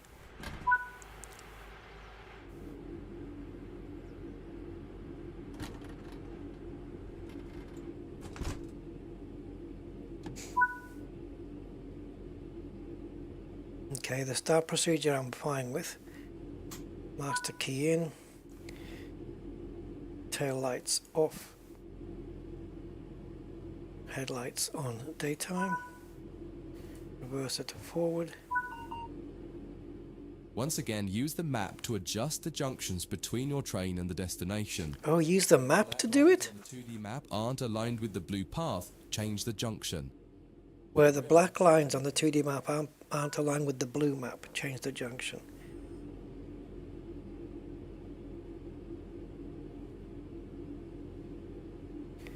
And where am... Okay, that's me.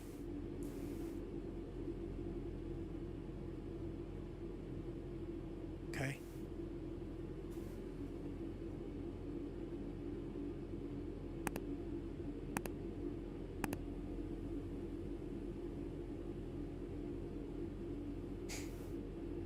Is that aligned now?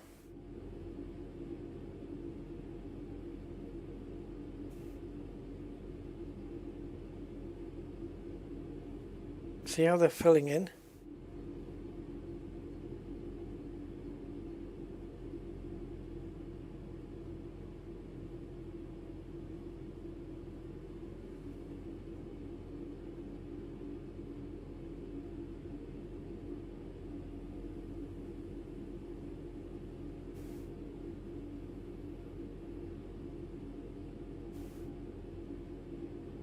Why is that switching back?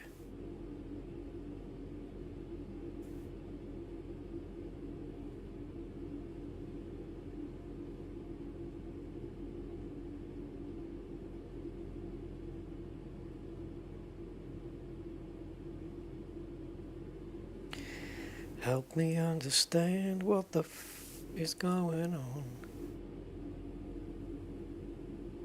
Is this okay to have this then?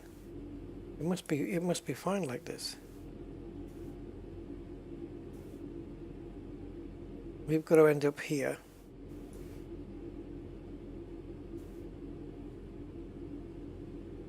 So we need to just make sure that we're going to go, when we hit this, that we're going to go to the right.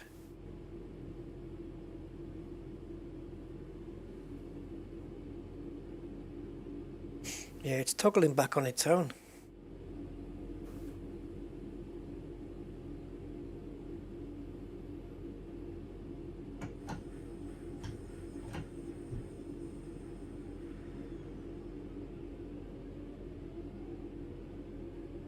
So we're going to go and join from the left, and we need to go off to the right. So we need to go off, we need to go on this line here.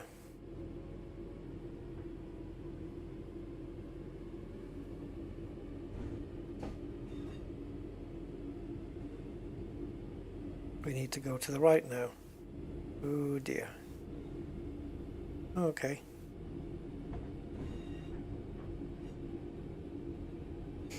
Because it looks to me like they're changing back on their own.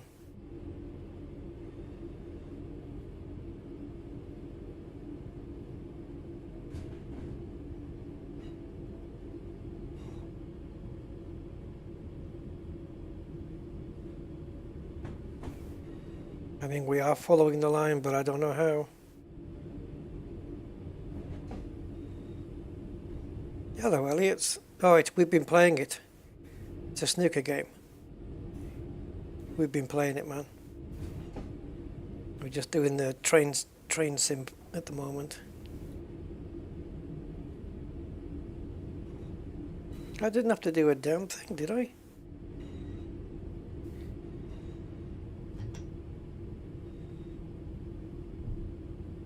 Didn't look like I had to do a thing.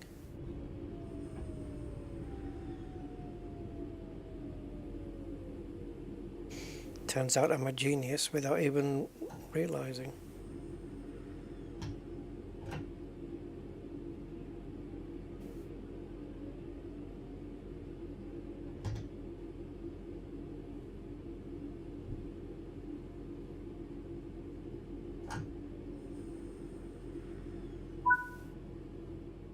That concludes this module. If you wish to read Sure. it, you can come back to it at any time via the training center. Yes, Cosmic, that's pretty much it.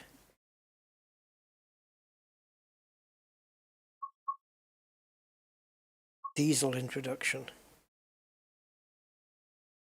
So before I shoot off, I'm going to take a look at one of these routes. I call this a shunter, because it shunts its way. Flicks train, sorry. So where's the routes?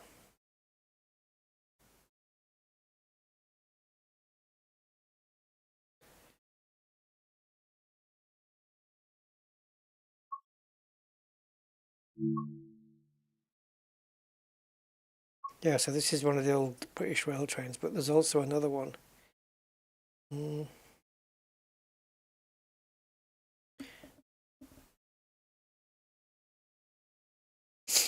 Explore on foot. Yeah, I've been there, done that. Got the t-shirt.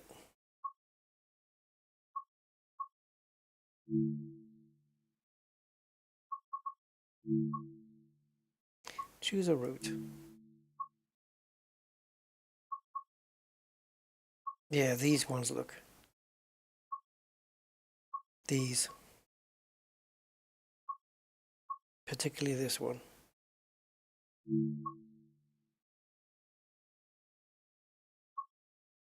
So it looks like you can have training modules for this particular train, which I'm going to need.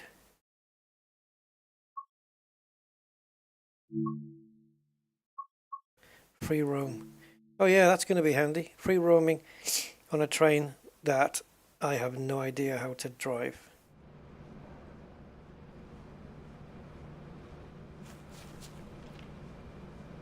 So where even is it?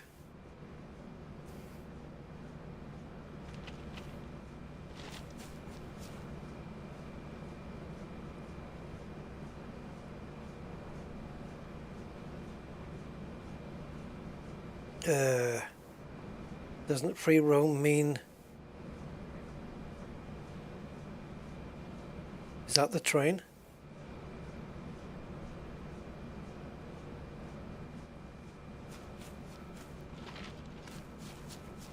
No.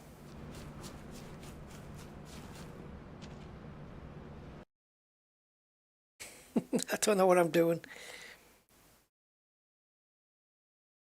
Okay, Cosmic.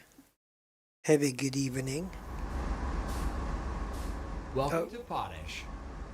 In this training module, we'll learn about operating the Union Pacific American General accent. Electric AC 4400 CW. The big AC 4400 CW is an example of state-of-the-art U.S. diesel locomotives with 4,400 horsepower and AC. Straight away talking about power. Of the 2-unit lash-up right in front of you. Let's begin by preparing the units for service. All right. Almost all trains on the Cane Creek subdivision use 2 or more locomotives on the head end. We thus have to set up the diesels accordingly as lead and trailing units. Let's start by climbing aboard the trailing unit, which is the one farther to our left.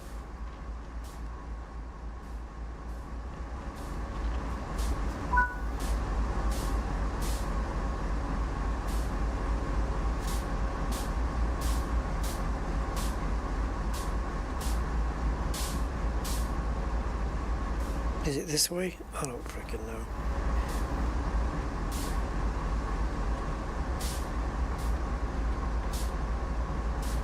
Oh, Any trailing locomotive I remember that from and disable, so Grand that Theft Auto 5. commands from the lead unit. Stealing the train. That the control, fuel pump, and engine run switch are in the off position. I can't, shouldn't the door be closing, dude? Like, you don't have the safety of the door closing? All right.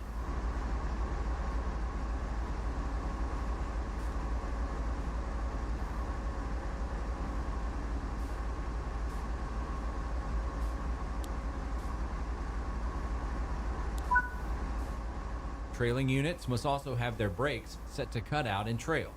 This is the default setting for all running locomotives at scenario start, so we can move on to the lead locomotive now. Well, ain't that jolly?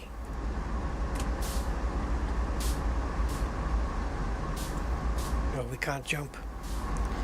I want to be able to just jump.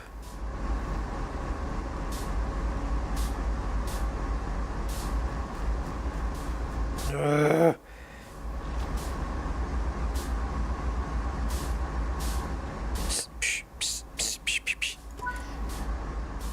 This is our lead engine. In other words, the unit will be operating from. We must thus switch on its controls. Please tell me how to switch on the controls. Our engine's controls are now active. Now we need to set the brake Generator to the lead and cut failed. it, which we can do on any one of the 3 screens located on the control desks. Can I sit down?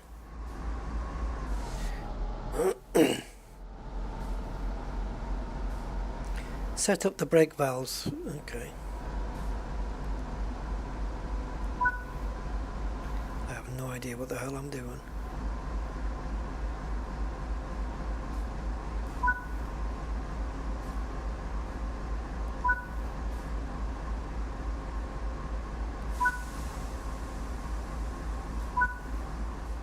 Our 2 units are now ready to go to work. Oh yeah, Set the makes reverser perfect sense. forward, Release the brake, I haven't Elliot's no. then carefully proceed to the destination marker and stop there.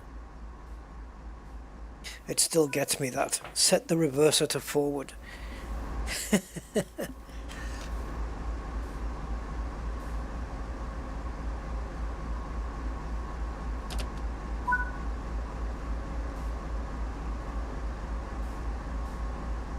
Where's the hooter?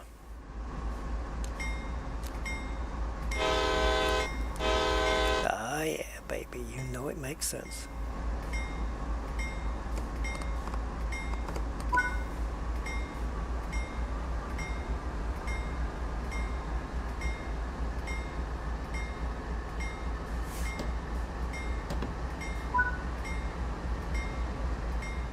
The path to your destination has been set for you in this scenario.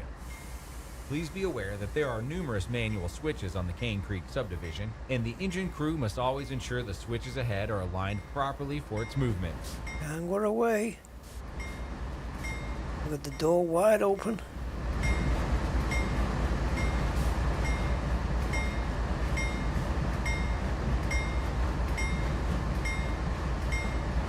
Do we have to have that incessant bell dinging all the time? That's me.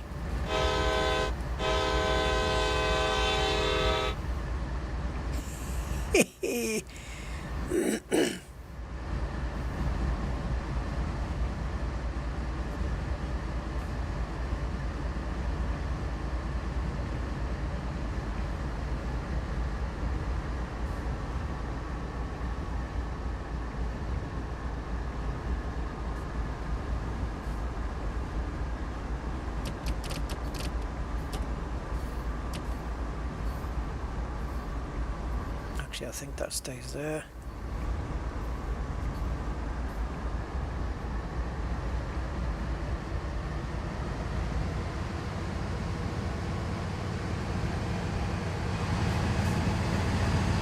I did go past, but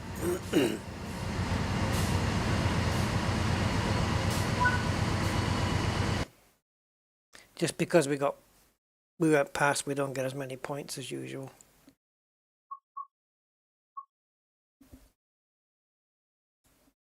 See, I can drive a great big loco. Talking of loco, I'm going loco because I need something to eat. So I'm going to call it here, guys. Thank you for watching my snookery stuff and my training on the train thing. I will consider connecting up to Dovetail if they are not stealing all my info. Not that I don't trust people. Yeah. by agreeing to this, we will take your personal information and distribute it amongst 500 different companies who will use your information responsibly. Anyway, that's it, guys. Thank you so much. I appreciate your time. I will now go and eat some dinner at 2:41 in the morning, and I will catch you the next time. Until then, have a good one, and I'll catch you then. Bye-bye.